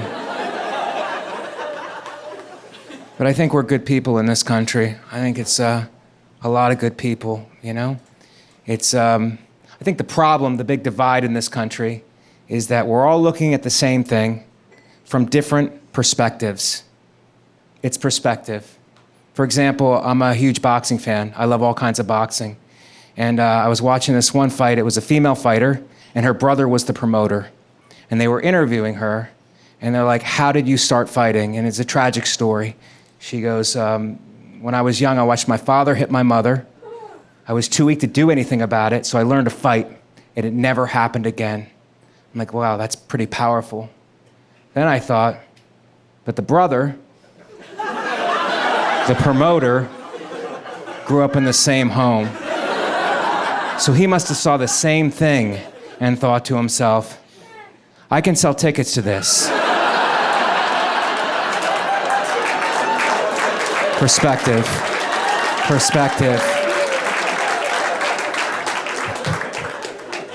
You were looking at someone right now. I wasn't sure whether I was going to say this, but you guys seem very friendly, so I'm going to be a little vulnerable. You guys are all looking at someone who in 2019 still is a member of America Online. AOL, the Scarlet Letters. AOL was an email platform people used to use back in the Paleolithic era. I can see your disgust, your mocking derision. That's fine. It just makes me stronger. I use AOL for cybersecurity reasons. You guys are all worried about your email getting hacked. Nobody's hacking AOL. What are you hoping to find? Crock-pot recipes? I'm hiding in plain sight. Greetings from the middle distance. 24 years I've been a member of AOL. That's a longer relationship I've had with an actual human being. I'm gonna stick with it, man. It's gonna come around again. Everything people make fun of eventually comes around. AOL is gonna be like that song Africa by Toto. People are just gonna arbitrarily decide it's cool one day, and I'm gonna be there. Part of me feels like the cool kids are just waiting for me to leave so they can all flood in and gentrify it. Turn it into like a digital Brooklyn or something. I'm gonna be like that one old lady who won't sell her brownstone. It's not my only email. I use Gmail under duress. I had to sign up for Gmail like 6 years ago because I was trying to get a job writing for a TV show, and my friend called me and he's like, hey man, listen, this is really good stuff, but do you have a different email address that you could send this from? Because if they see AOL, you're not gonna get this job. What am I, a registered sex offender? It's 3 letters at the end of my name. Who cares?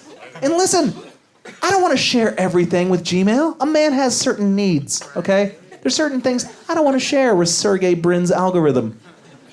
Listen, I do a lot of late night shopping. When I get high at 2 a.m. and buy a onesie for my dog, they're going to ask for a confirmation email. I don't want Gmail to have that information.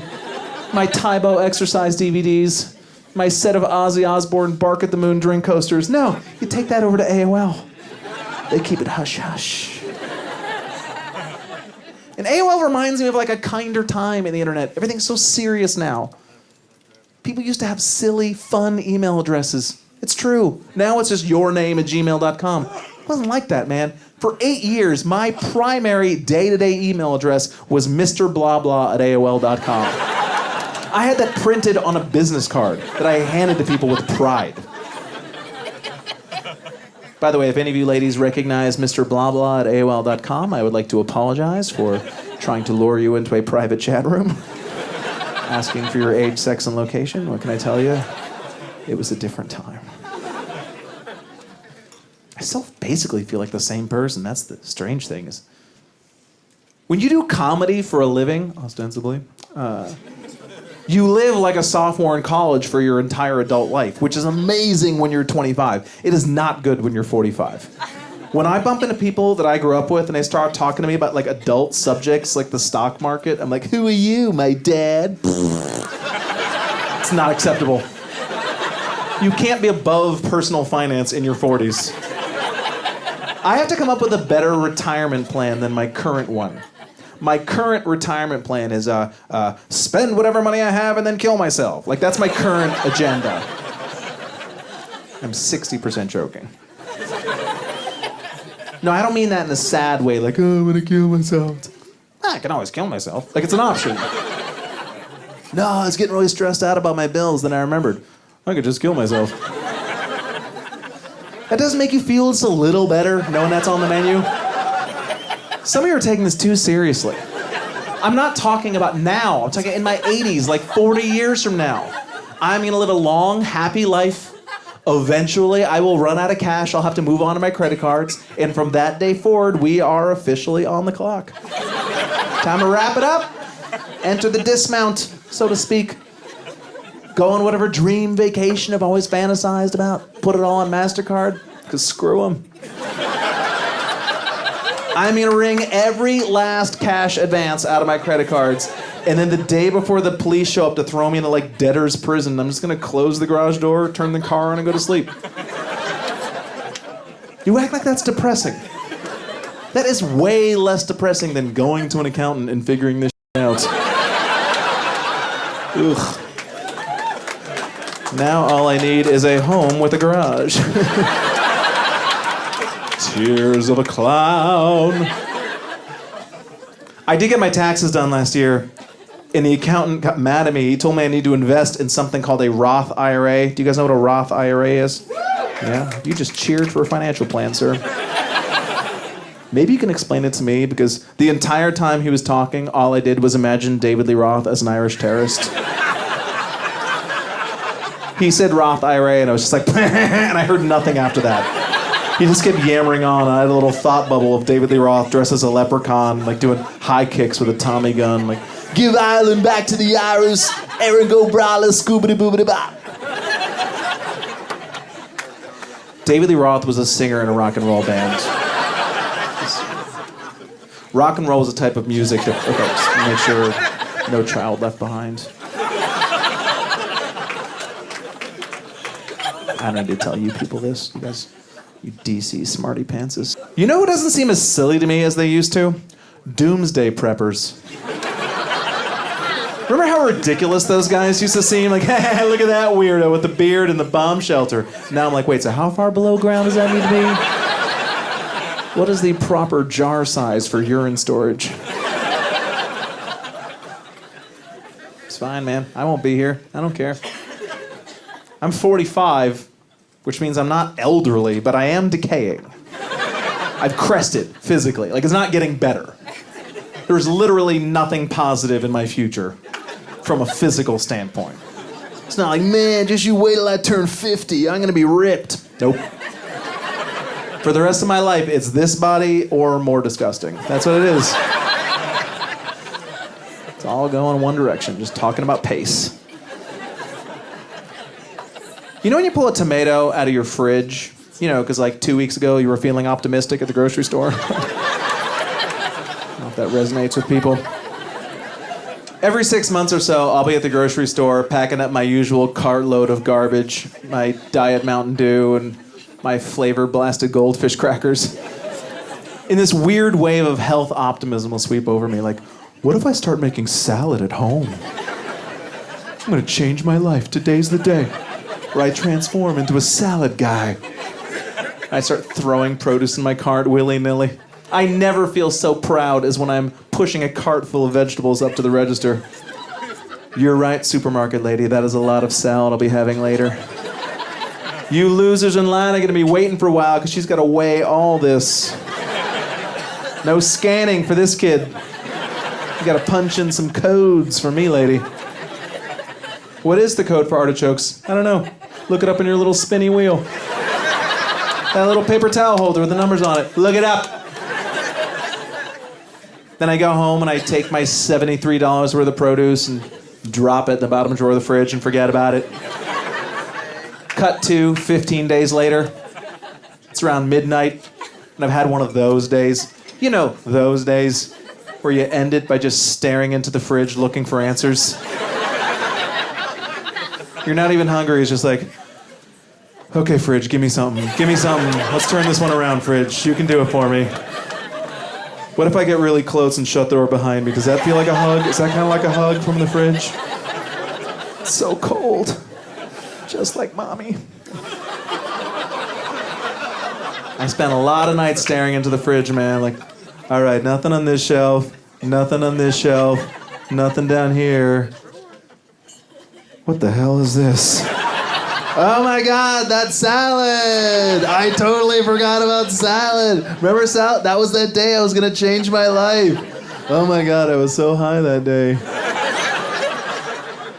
But sometimes you will pull a tomato out and it's like smaller than when you bought it. Like it's not rotten, but it's been in there for a while, so it's like a little shriveled. When you poke it, it leaves a dent. And you have to ask yourself, can I eat this without it making me sick? Ladies, that is the exact stage that this body is in.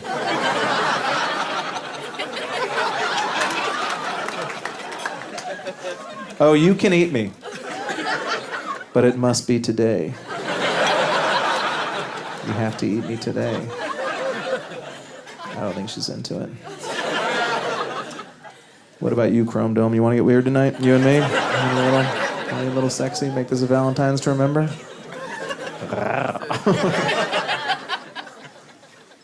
I'm trying to stave off the inevitable. I do go to the gymnasium.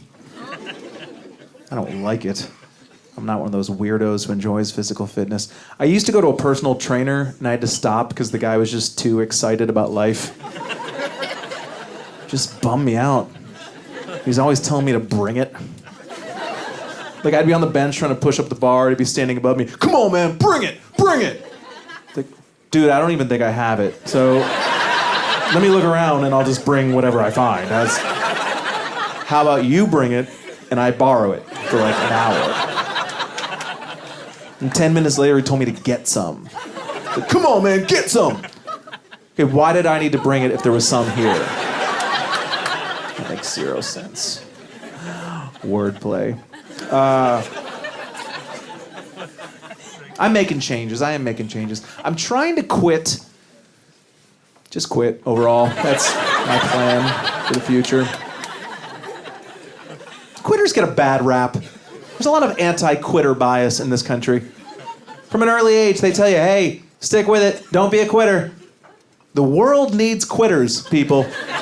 Without quitters, a stampede would never end. Think about it. A herd of buffalo thundering across the plain, just running. They don't know why they're running. They're just running because everybody else is running. They'd run until they drop dead, if not for that one heroic quitter who looked around and said, yeah, I'm not gonna do this. I'm gonna go chill by the creek. I aim to be that buffalo. Got an Uber today, got in the car. First thing the guy says to me is like, do you mind if I talk to a friend? And I'm a normal guy, right? So I said, of course. And thank you for considering me a friend.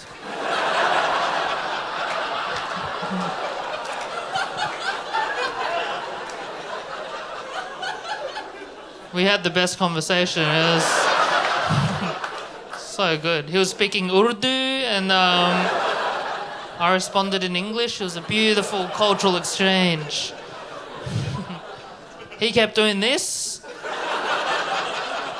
I'm like, that must be a cultural gesture. So I did this. Thank you. But no, I'm good. I've been doing well. I've been cooking a lot. So good. I learned to cook online, right? But I think it's so special that recipes that used to be passed down from generation to generation. I think that's so special. So I got to tell my kids that my grandfather passed me down Jamie Oliver's superfood pasta. Tell them that Jamie Oliver's a province in China. We're from the Jamie people. I've been cooking, I've been eating at other people's houses, diversify the portfolio, you know. I was at a friend's house eating dinner and he cooked this lamb shoulder and it took him 2 days to cook this lamb shoulder and he was bragging about it. I didn't even know that was something you could brag about, like the amount of time it took you to prepare the meal. But I found it to be quite a good excuse to serve my guests leftovers. Oh, this is a 24-hour stir fry. This pizza's been dry aged for 7 days. Good stuff. I love food. I am a foodie. Guilty. Love food. I love coffee as well. Big coffee head. A couple of fans of coffee. Nice. I love coffee, but I reckon coffee culture's gone nuts. You know what I mean? Like, it's gone too far. Because there's coffee places everywhere. Like, I saw a coffee place in a rock climbing gym. Oh, surely that's too far. Yeah. There's a coffee place at my local library. I saw a woman order a triple shot latte. I'm like, what book are you trying to read? Must be pretty tough. Anyway, I was getting a coffee from my mechanics, and mechanics are like the last profession that there's no regular retail price, right? There's no sign behind them telling you how much it's going to cost. You can't just Google how much a service is, right? It's just numbers swirling around in their minds. Only they know on any given day how much they're going to fleece you. I don't know if you can tell this just by looking at me, but I'm not a pushover. That's not a funny bit. Got a great deal out of this guy. 2 tyres, $7,000. So. He did upsell me though. I reckon he upsold me. I don't think I needed the second tyre. I just went in for a latte. This mechanic, he kept saying the word roughly, right? He's like, it's roughly quite a big job. It's roughly going to take 1 to 2 days. Like, he kept saying the word roughly, and he got so in the habit of saying it that he started saying it when he was asking for my details. He was like, roughly, what's your phone number? I'm like, if you want a ballpark, it's about $500 million.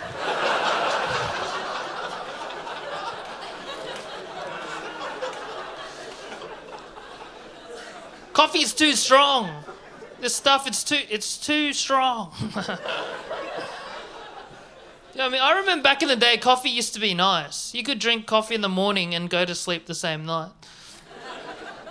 Like, you could even drink it at night time. Like, you could whip up a blend 43, watch a couple of episodes, and then sink into the night, you know? Nowadays, I have a sip of coffee and I get anxiety and diarrhea. I see my barista and my guts flinch. Having a panic attack in the coffee store, I don't know. There's no drink that's as relaxing as coffee gets you G'd up. Someone's trying to tell me that it was chamomile tea, but chamomile tea sucks. Chamomile tea tastes like if water got wet.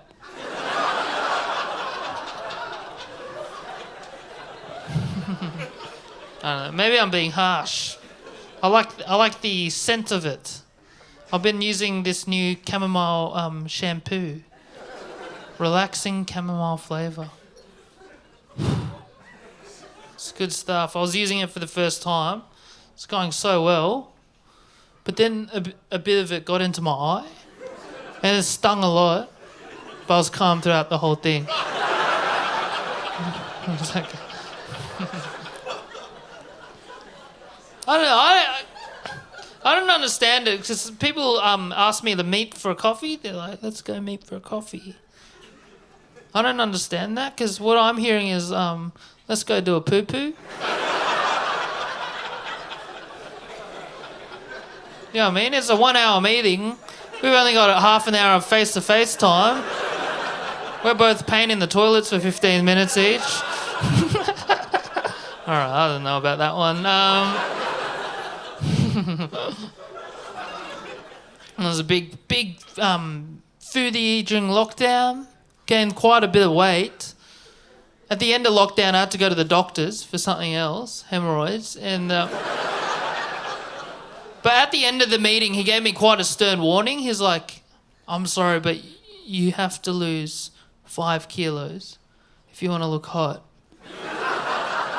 He said that, and I was trying to figure out how to lose the weight. I was like going on YouTube, and there's all these different ideas about weight loss, and I couldn't figure out what the correct one was because everyone's arguing with everyone. And I found this one guy. He's called Carnivore MD, and his whole thing is a meat-only diet.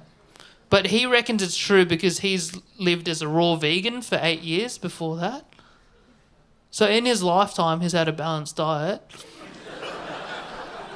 But it's like, I don't know who to trust. I had to get a personal trainer, and this personal trainer was like, you gotta put down your body goals. You gotta dream big.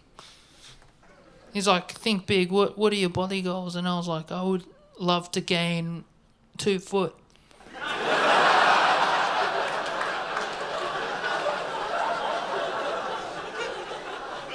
My dream to be 5'5". I'm good. I'm doing well. It's New Year, new me. It's Chinese New Year.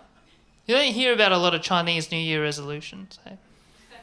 Like, I'm going to set off more firecrackers this year. As Chinese New Year just passed, Year of the Tiger. I like the zodiacs in the Chinese New Year. You know how they have all those different zodiacs? Anyone celebrate Chinese New Year? Oh, you do? Are you Chinese or other? Other. Welcome. I'm mucking about. I like the zodiacs, but I think some of them, they sound quite offensive in the Western context. Like, I remember when my dad was introducing, like, our family to other people, and he'd tell other people our zodiacs. It sounds so rude. He'd be like, my wife's a pig. My daughter's a dog. And my son's a rat, you know. Anyway, they're all born in the year of the horse, so... It was meant to be a good year, the year of the tiger. It was meant to be a hot one. It was not off to a good start for me. Off to a terrible start, actually. First day of the year of the tiger, I walked back into my house and I caught my housemate washing her dog with my shampoo. I couldn't believe it. It was this relaxing chamomile stuff. It was good stuff. It was expensive. Like, it's the best one at the 7-Eleven. And on the side of the label, it was like vegan, organic, no animal testing. I had to call them up. I'm like, it's been tested. He really likes it, you know. He used so much of the shampoo, this guy, you know. I don't know if you know this, but dogs, they got a lot of hair. If you don't believe me, think about this. They got bodies. They don't use body wash. It's all shampoo, you know? You'd be wasting your time making a body wash for dogs. They only service this section. You know how they got that shaved bit? Some of you don't know about dog anatomy, but Supposed to brush my cat's teeth. That was sprung on me recently by the vet. You got to start brushing her teeth. I was like, okay, I wouldn't have gotten the cat.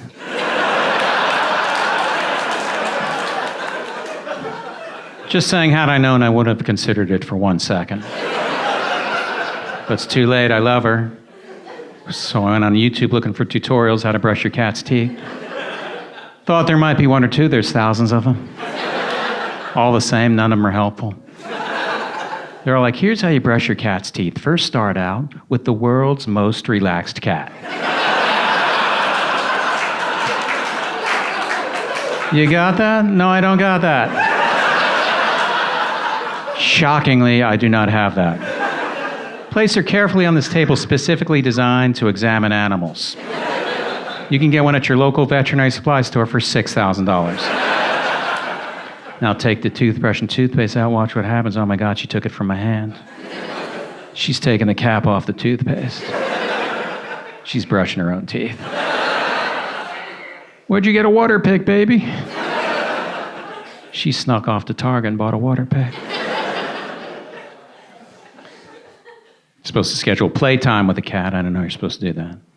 I don't want to play with my cat. I'll watch Shark Tank with my cat. We'll call that playing. Come here, baby. Sit on my lap. We're going to play. Scratch, scratch, scratch, scratch, scratch. $500,000 for 2% equity. Yeah, that's bullshit. Yeah, it's bad valuation, baby. Yeah, they better have some sales. The apartment I live in charges me $50 a month because I have a cat. It's like a little spiteful pet fee they have. I remember being in the leasing office, signing a lease. Guy's like, so it's just you in the apartment? Yeah, just me and my cat. Oh, so it's not just you in the apartment. There's also something this big living there? Yeah, she's the size of my toaster. You have a toaster?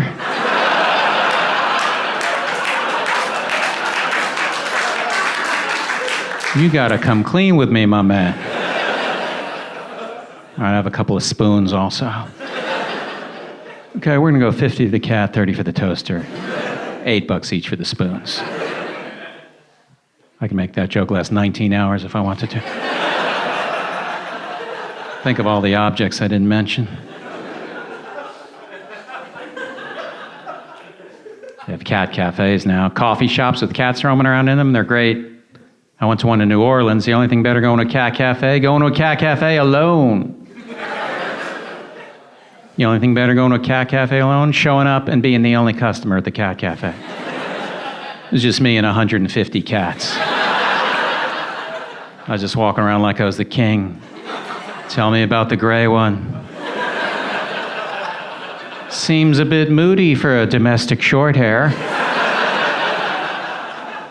Why is the tabby not playing with the ragamuffin? They should be friends. Let's try your coffee. Mmm, delicious. Coffee always tastes best when you drink it near 7 litter boxes.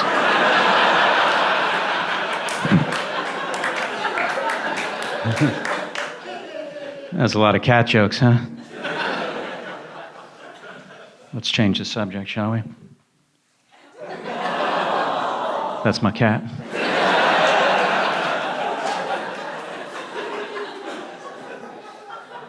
That's a little perch that's suction cup to the window, and then sometimes the suction cup comes undone, and I don't fix it for a while.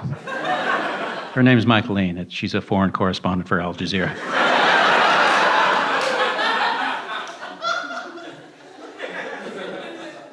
Close up of the face.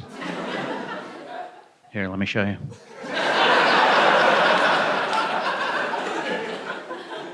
That's her face. I hope you can't tell where I live based on that.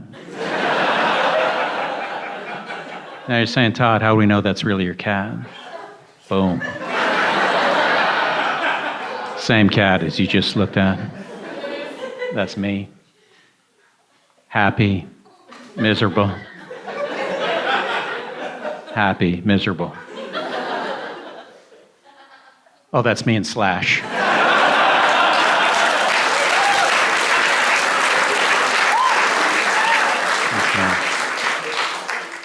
That's Slash. That's me. That's Slash. Slash came to my show in London, came straight from the airport. I have friends I've known 20 years who ask to be on my guest list and don't show up. Slash is like, we're going to clear customs and head right over.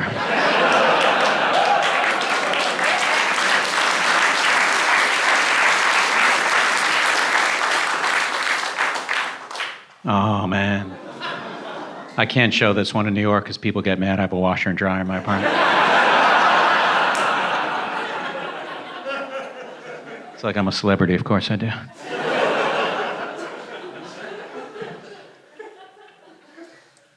Oh, that is the front right side of my couch. It's a fancy couch. It's got exposed wood. Not sure what that is. Probably $1 million contract or something.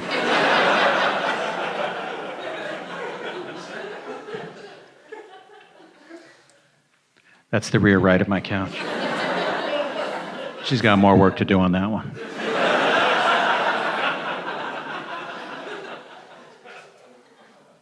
Oh, that's me with Lars from Metallica. Me. That's Lars. Me, Lars. Came to my show in Northern California. Look how happy he is. Here, you know what?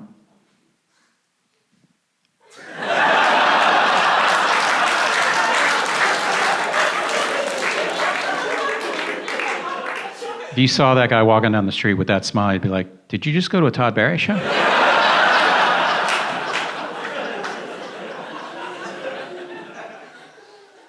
Oh, that's the front left of my couch.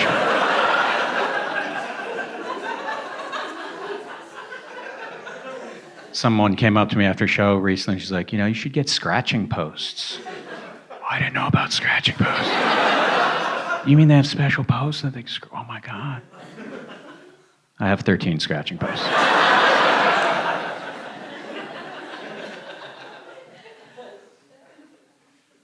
That's the rear left of my couch. That's a speaker that fell over 6 months ago. In order to fix that, I'd have to lean down and put it back upright. Oh, that's me and Charlize Theron.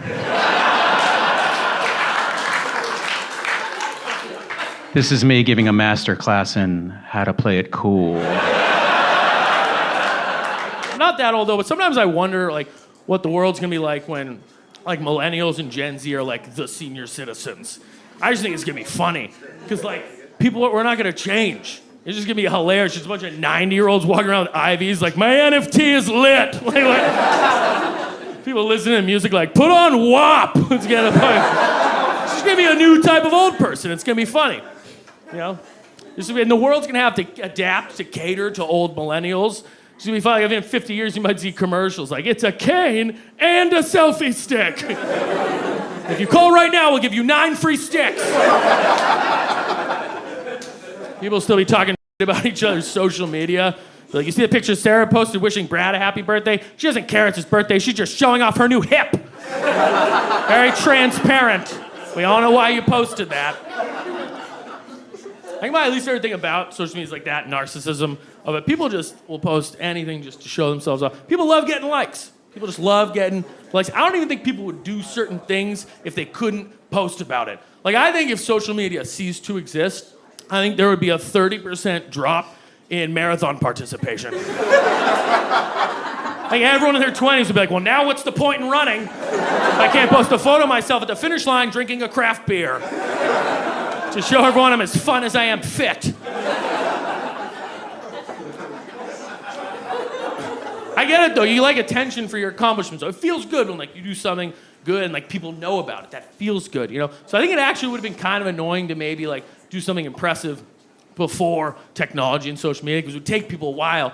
It's like if I invented something right now, I could like repost something and I know everyone would see it, and that would make me feel good. It feels good.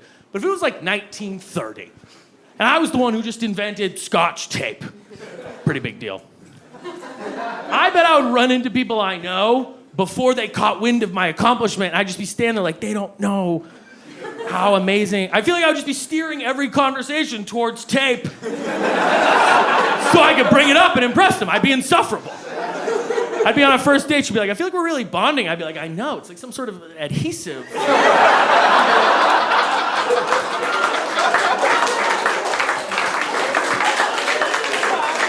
What do you want to drink? I'm gonna get a scotch. I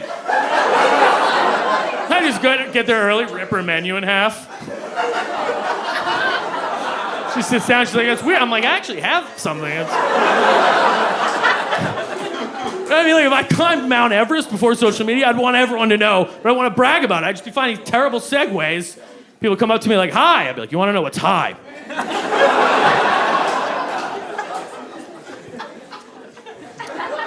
People love likes. You can learn stuff from likes, though, you know, like, I was talking to a girl recently, she was like, I wish I knew which guys wanted to hook up with me. I wish they would just tell me. And I was like, you just defined an Instagram like. Like, what are you talking about? If a guy likes your photo, he doesn't care about the photo. If a guy likes it, he's just reminding you he would have sex with you. That's all. A like on your photo just means still alive, still would. That's all it means. Guys don't care about the photo. I'm not sitting there like, oh, perfect filter for that burrata. Oh. God, sick boomerang. No. I don't like following women on Instagram, mostly just because pictures of hot women upset me. Some guys follow these like models on Instagram, and they're always showing, why? They're always showing me like, dude, check this chick. I'm like, no, I'm having a good day. Why would I want to see something amazing that I'll never have? That's torture. If I was allergic to dairy, I wouldn't follow a cheesecake account just to keep tabs on what I'm missing out on. But when you debate your life, when you go back and forth in your life, you don't know if you're gonna live or die. You realize a lot of things. Great things that happen in your life and terrible things that happen in your life. And one thing that stood out to me is my parents never told me they loved me till I was 29 years old. And it really messed with me in the hospital, right? So before I get into that story, I gotta tell you about my parents. If you haven't seen my last special, my dad is black, born and raised in Louisiana, has a PhD in nuclear physics, and served our country in the Army, people. Right.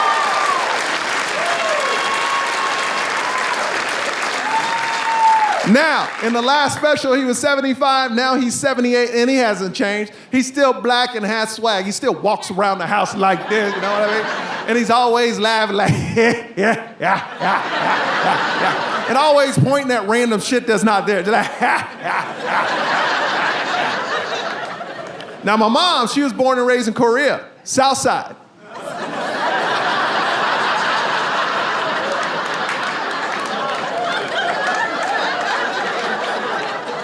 Now we know who doesn't watch the news in his room.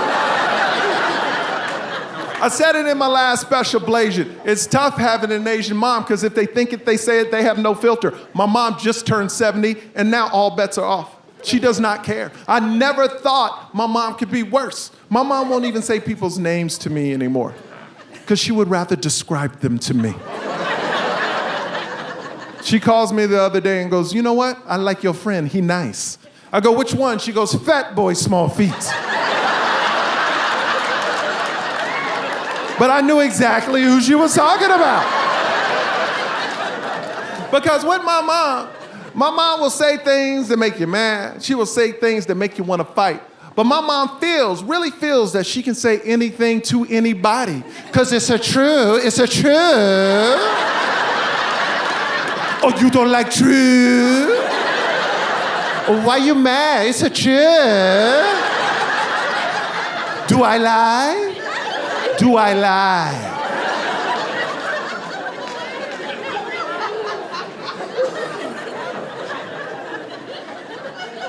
My mom got in a fight with my wife.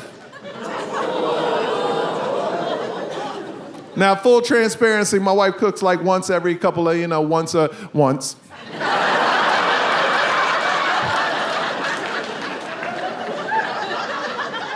So my mom walks into our new house and goes, oh, what a beautiful kitchen for no cooking.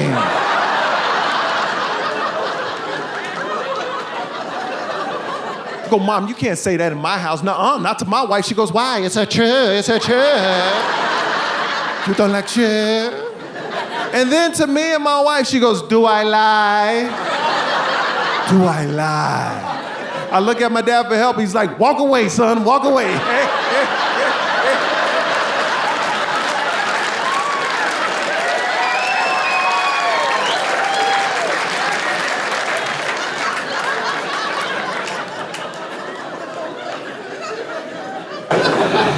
My wife, she's white. Ooh, it got quiet, okay. But my wife is just not white. She white. Now, I know a lot of people in here are white, and you're questioning yourselves right now going, am I white? No. My wife is whiter than you. My wife is from Gillette, Wyoming, white. You hear that? When white people and Timmy like, damn. That's white. But we got a beautiful family, man. We got 2 kids. My son is now 5, my daughter's 2, and they're black, white, and Asian. That's right. We gave birth to pandas.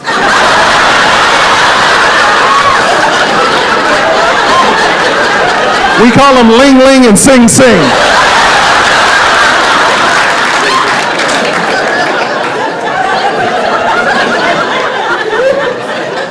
And my last special, I talked about this when my son was born, because I didn't have a daughter at that time. When my son was born and the doctor handed me my son. It's crazy as a father because I knew I would die for him, right? And I don't even know this dude. He could be a terrible human being, but I would die for him, But when they handed me my daughter, oh, it was different. I was like, oh, okay. I would kill for you. I became a murderer overnight. Because the family dynamic to me is crazy. Like, I would die for my son, I would kill for my daughter. But here's what's crazy. I wouldn't kill for my wife. Because that's not my job. That's her father's job. I don't want to step on anybody's toes.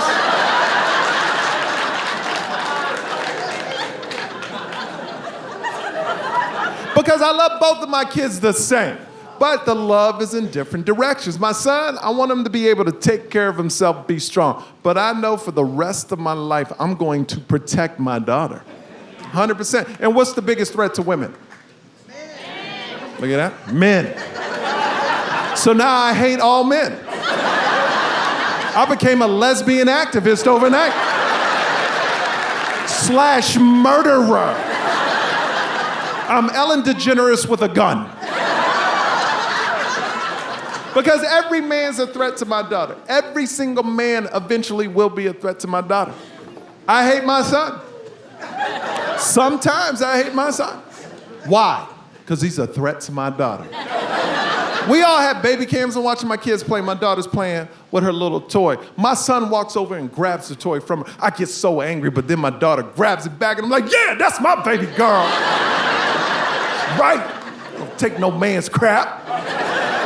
But then my son looks around to see if anybody's watching. Starts backing up where she is, and he hits her with his butt. And she falls to the ground and starts crying. I get so angry inside. I'm so mad. I want to this little dude up, right? But I can't. He's only 5, and it's not a fair fight. It's not a fair fight. All I can do is scream and like, hey, you better stop that. And he runs off. But my daughter could hit my son with a brick in the face. I'd be like, hey, girl, good job, good job. I'm feeling pretty good about myself. I made it through the summer without getting poison ivy, and I know, that's a big deal for me. I don't know what that plant looks like. Like, their hints are not very good. Like, leaves of 3, let it be. Oh, thanks for the poem, but it didn't work. This thing has the word poison in it. Is that how we're handling poisons now? Rhymes. When it comes to nerve gas, say, I pass. It's not... I've been out there in the forest and those leaves bunch up. I can't count them. I don't know if that's 9 leaves of 3 or 1 leaf of 27. So what I decided is no more nature. No more nature. Here's my poem. If it's a plant, I can't. In any event, stay on the cement. That's how I'm gonna live my life. I'm gonna start treating vegetation like I treat snakes, all bad. But Greg, it's a garter snake. Well, it looks like a snake. Like, I don't know what the word garter means, but if I see a garter mountain lion, I'm leaving. Greg, it's harmless. It's not harmless. It already made me drop my Starbucks. It has done harm. Harm was done. Venti harm was done. Thank you. Yeah, thank you. Yeah, I don't know poison ivy. I'm trying to learn, though. I learned this. They use it for medicinal purposes. They use an extract of poison ivy to treat joint pain. That sounds like something my dad would come up with. Like, Dad, I itch all over. Yeah, you do, but you're not thinking about your knee anymore, are you?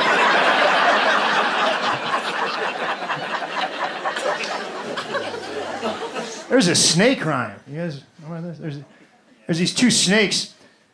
They look the same. They have the same colors, but they're arranged differently, and one of them is venomous. So to tell them apart, they have this rhyme. Red touches black, friend of Jack. Red touches yellow, kills a fellow. Kills a fellow? Fellows aren't supposed to be killed. Fellows are in like barber shop quartets. It's for he's a jolly good fellow, not he got murdered by a snake. Here's a better snake rhyme. No snakes. If you're out there in the woods and you see a snake, don't stand still and recite poetry, because somewhere between kills a fellow and friend of Jack, you're gonna get what snake experts call bit. It's not...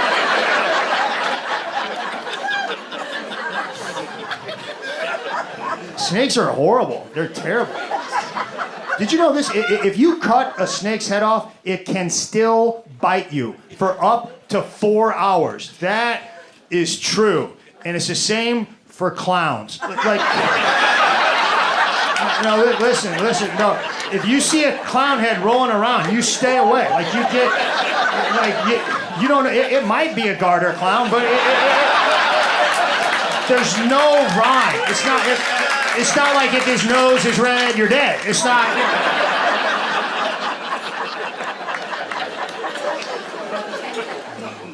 I don't know poison ivy. I don't know trees. That's embarrassing. Our house is the one with the big maple in the front yard. You can't miss it. I can miss it. I'm gonna miss it. Here's the trees I know. Christmas. That's it. That's the only one. And that one's gonna have lights on it for me to get it. Just give me your address. That would be a better system. That's why they have that system. Like, don't tell me about architecture. That's not going to help either. It's the colonial house. Well, it better have a guy with a triangle hat and a musket marching back and forth. It's the stucco house. Stucco? What is stucco? Sounds like a clown that can't get out of stuff. You're like, oh no, don't go in there, stucco. You're too big. You're not gonna fit, stucco. You wear size 76 shoes, stucco.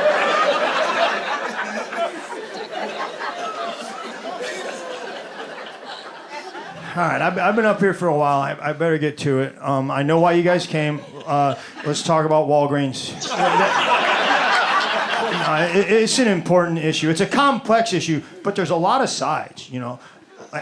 I mean, on one hand, you got to give it up. There are a lot of Walgreens. Like, there's several Walgreens. I mean, you're always close. I mean, it's very convenient. Also, they're open late. But I've noticed after about 9 o'clock, they're just kind of open. You ever walk into Walgreens like 11:30 and the lights are on and the doors are unlocked and there's not one human being visible? It's upsetting. It feels like something horrible happened right before I got there. Like, what, did a cheetah get loose in here or something? Did CVS attack him? Eventually you'll hear, I'm back here. Well, don't be, okay? Be up here. You're a business. You're supposed to have an up here guy at all times. That's what sets you apart from an abandoned warehouse, Walgreens. Also, when you said I'm back here, you startled me. I'm too old to ever want to be startled again, especially in an empty Walgreens in the middle of the night. Next time, maybe you could just jump out from behind the Pringles in a hockey goalie mask. That would be fun. If you need something done back there so bad, why don't you just hire another guy? Right now, you have exactly one more employee than a vending machine. It's not a good look.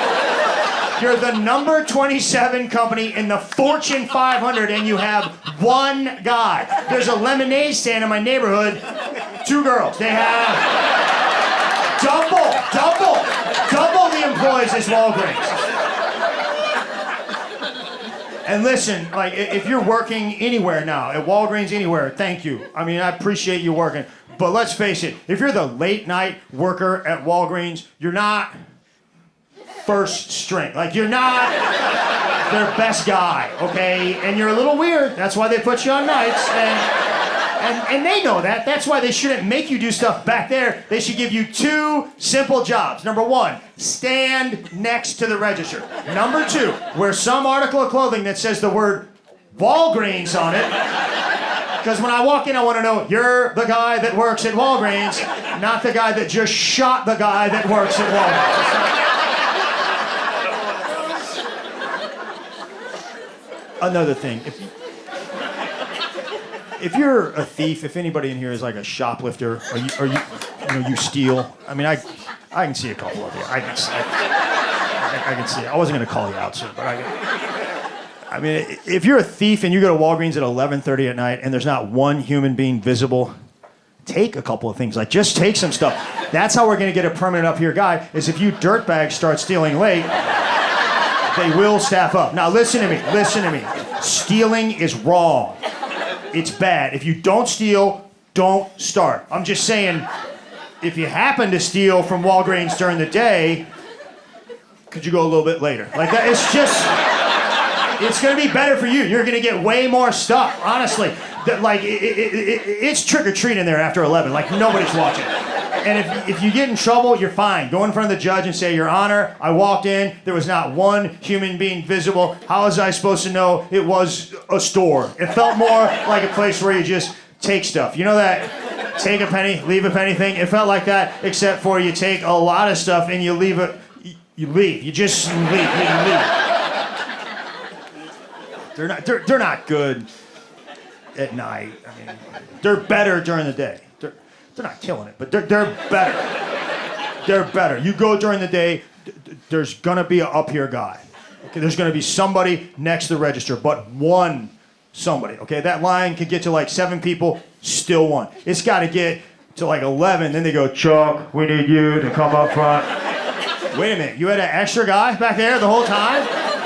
Now I'm angry. Okay, Chuck, when you do go up front, I better see you hustle. Okay, you better sprint to the front, and when you get up there, you better act like you're sorry for what you did to everybody in this line. Just get right to work. Scan, scan, scan, no chit-chat. Scan, scan, scan, no chit-chat. Matter of fact, if you're a customer at Walgreens and you get to the front of the line, no chit-chat from you either. You can talk to the cashier, but business conversation only. This goes mostly for you old guys, okay? I know that's the highlight of your day, sir. I know you've been waiting to get in there all morning and chat it up with the cashier. But we don't want to hear it, right? You think we're going to get in the rain tonight, literally? Shut up, old man. Shut up, we're not retired back here. Just get to your business talk. We know you have business talk because there's never been one old guy that got to the front of the line at Walgreens and did not have some sort of a price discrepancy. Every time. $1.25 for a Snicker bar. The circular said 18 cents. The circular? The circular from 1756 might have said that price, sir.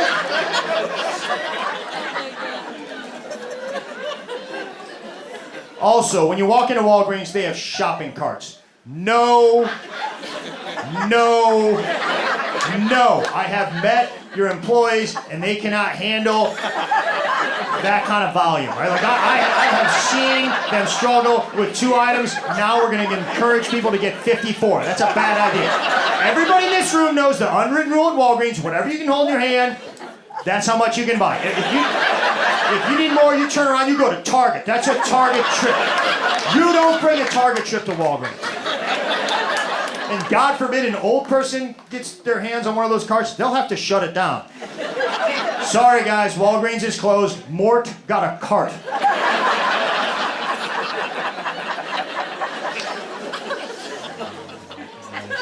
Now listen, I think you guys are looking at me like, well, this guy hates Walgreens. I don't. I love Walgreens. That's why I'm so hard on them. I mean, that's my pharmacy. I've been going to the same Walgreens my whole life, and I think they're good. I think they're better than CVS. Close, but I think they're better than CVS. And you guys are probably like, wait a minute, Greg. You said Walgreens has 1 employee. How could they be better than CVS? CVS has 1 employee for every 5 stores. That's how they do it. So, where's the checker? He's in Chillicothe right now. Like, he's just not... He'll just wait. He'll be here. Show some patience.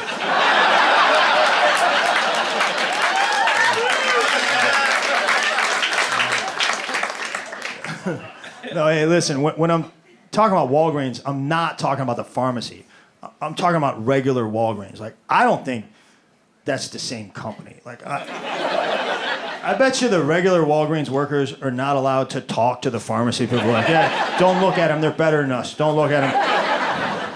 I bet you every now and then the regular Walgreens manager tries to go in and tell the pharmacy people to do something like, hey guys, I was thinking today, maybe shut up, Ted, you got no jurisdiction here.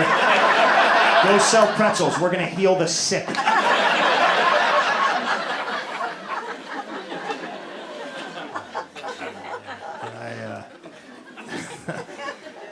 I mean, Walgreens has good stuff. I mean it. Like, they're open on Christmas, 24 hours. I have never missed one Christmas at Walgreens. Greg, did you go to midnight mass? No, I went to 11:30 Walgreens. Here's what I do, okay? I have a tradition. Every Christmas Eve, I wrap gifts, and I get sick of it real quick. And I go to Walgreens, and I buy a bunch of those holiday gift bags. You know what I'm talking? It's their perfect way to say, hey, I want to spend money on you, but not time or effort, okay? Here's what I'm going to do with your gift. I'm going to throw it in a bag. I'm going to crinkle up some garbage and put it on top so we can't see what's in there for 13 seconds, and then we're going to pretend like I wrapped that gift. That gift is about as wrapped as bubblegum under a desk. It's not wrapped. My dad uses holiday gift bags, sorta. When he buys your gift at the store, they put it in a bag, and that's what you're getting on Christmas morning. and it's gonna have a couple of his items in the bottom that he forgot to take out. You're like, oh, foot powder, Dad, thanks. Give me that.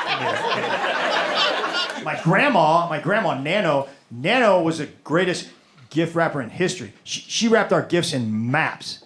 Isn't that cool? Like, yeah, I wish I would have saved them. My grandma worked for the Defense Department in mapping.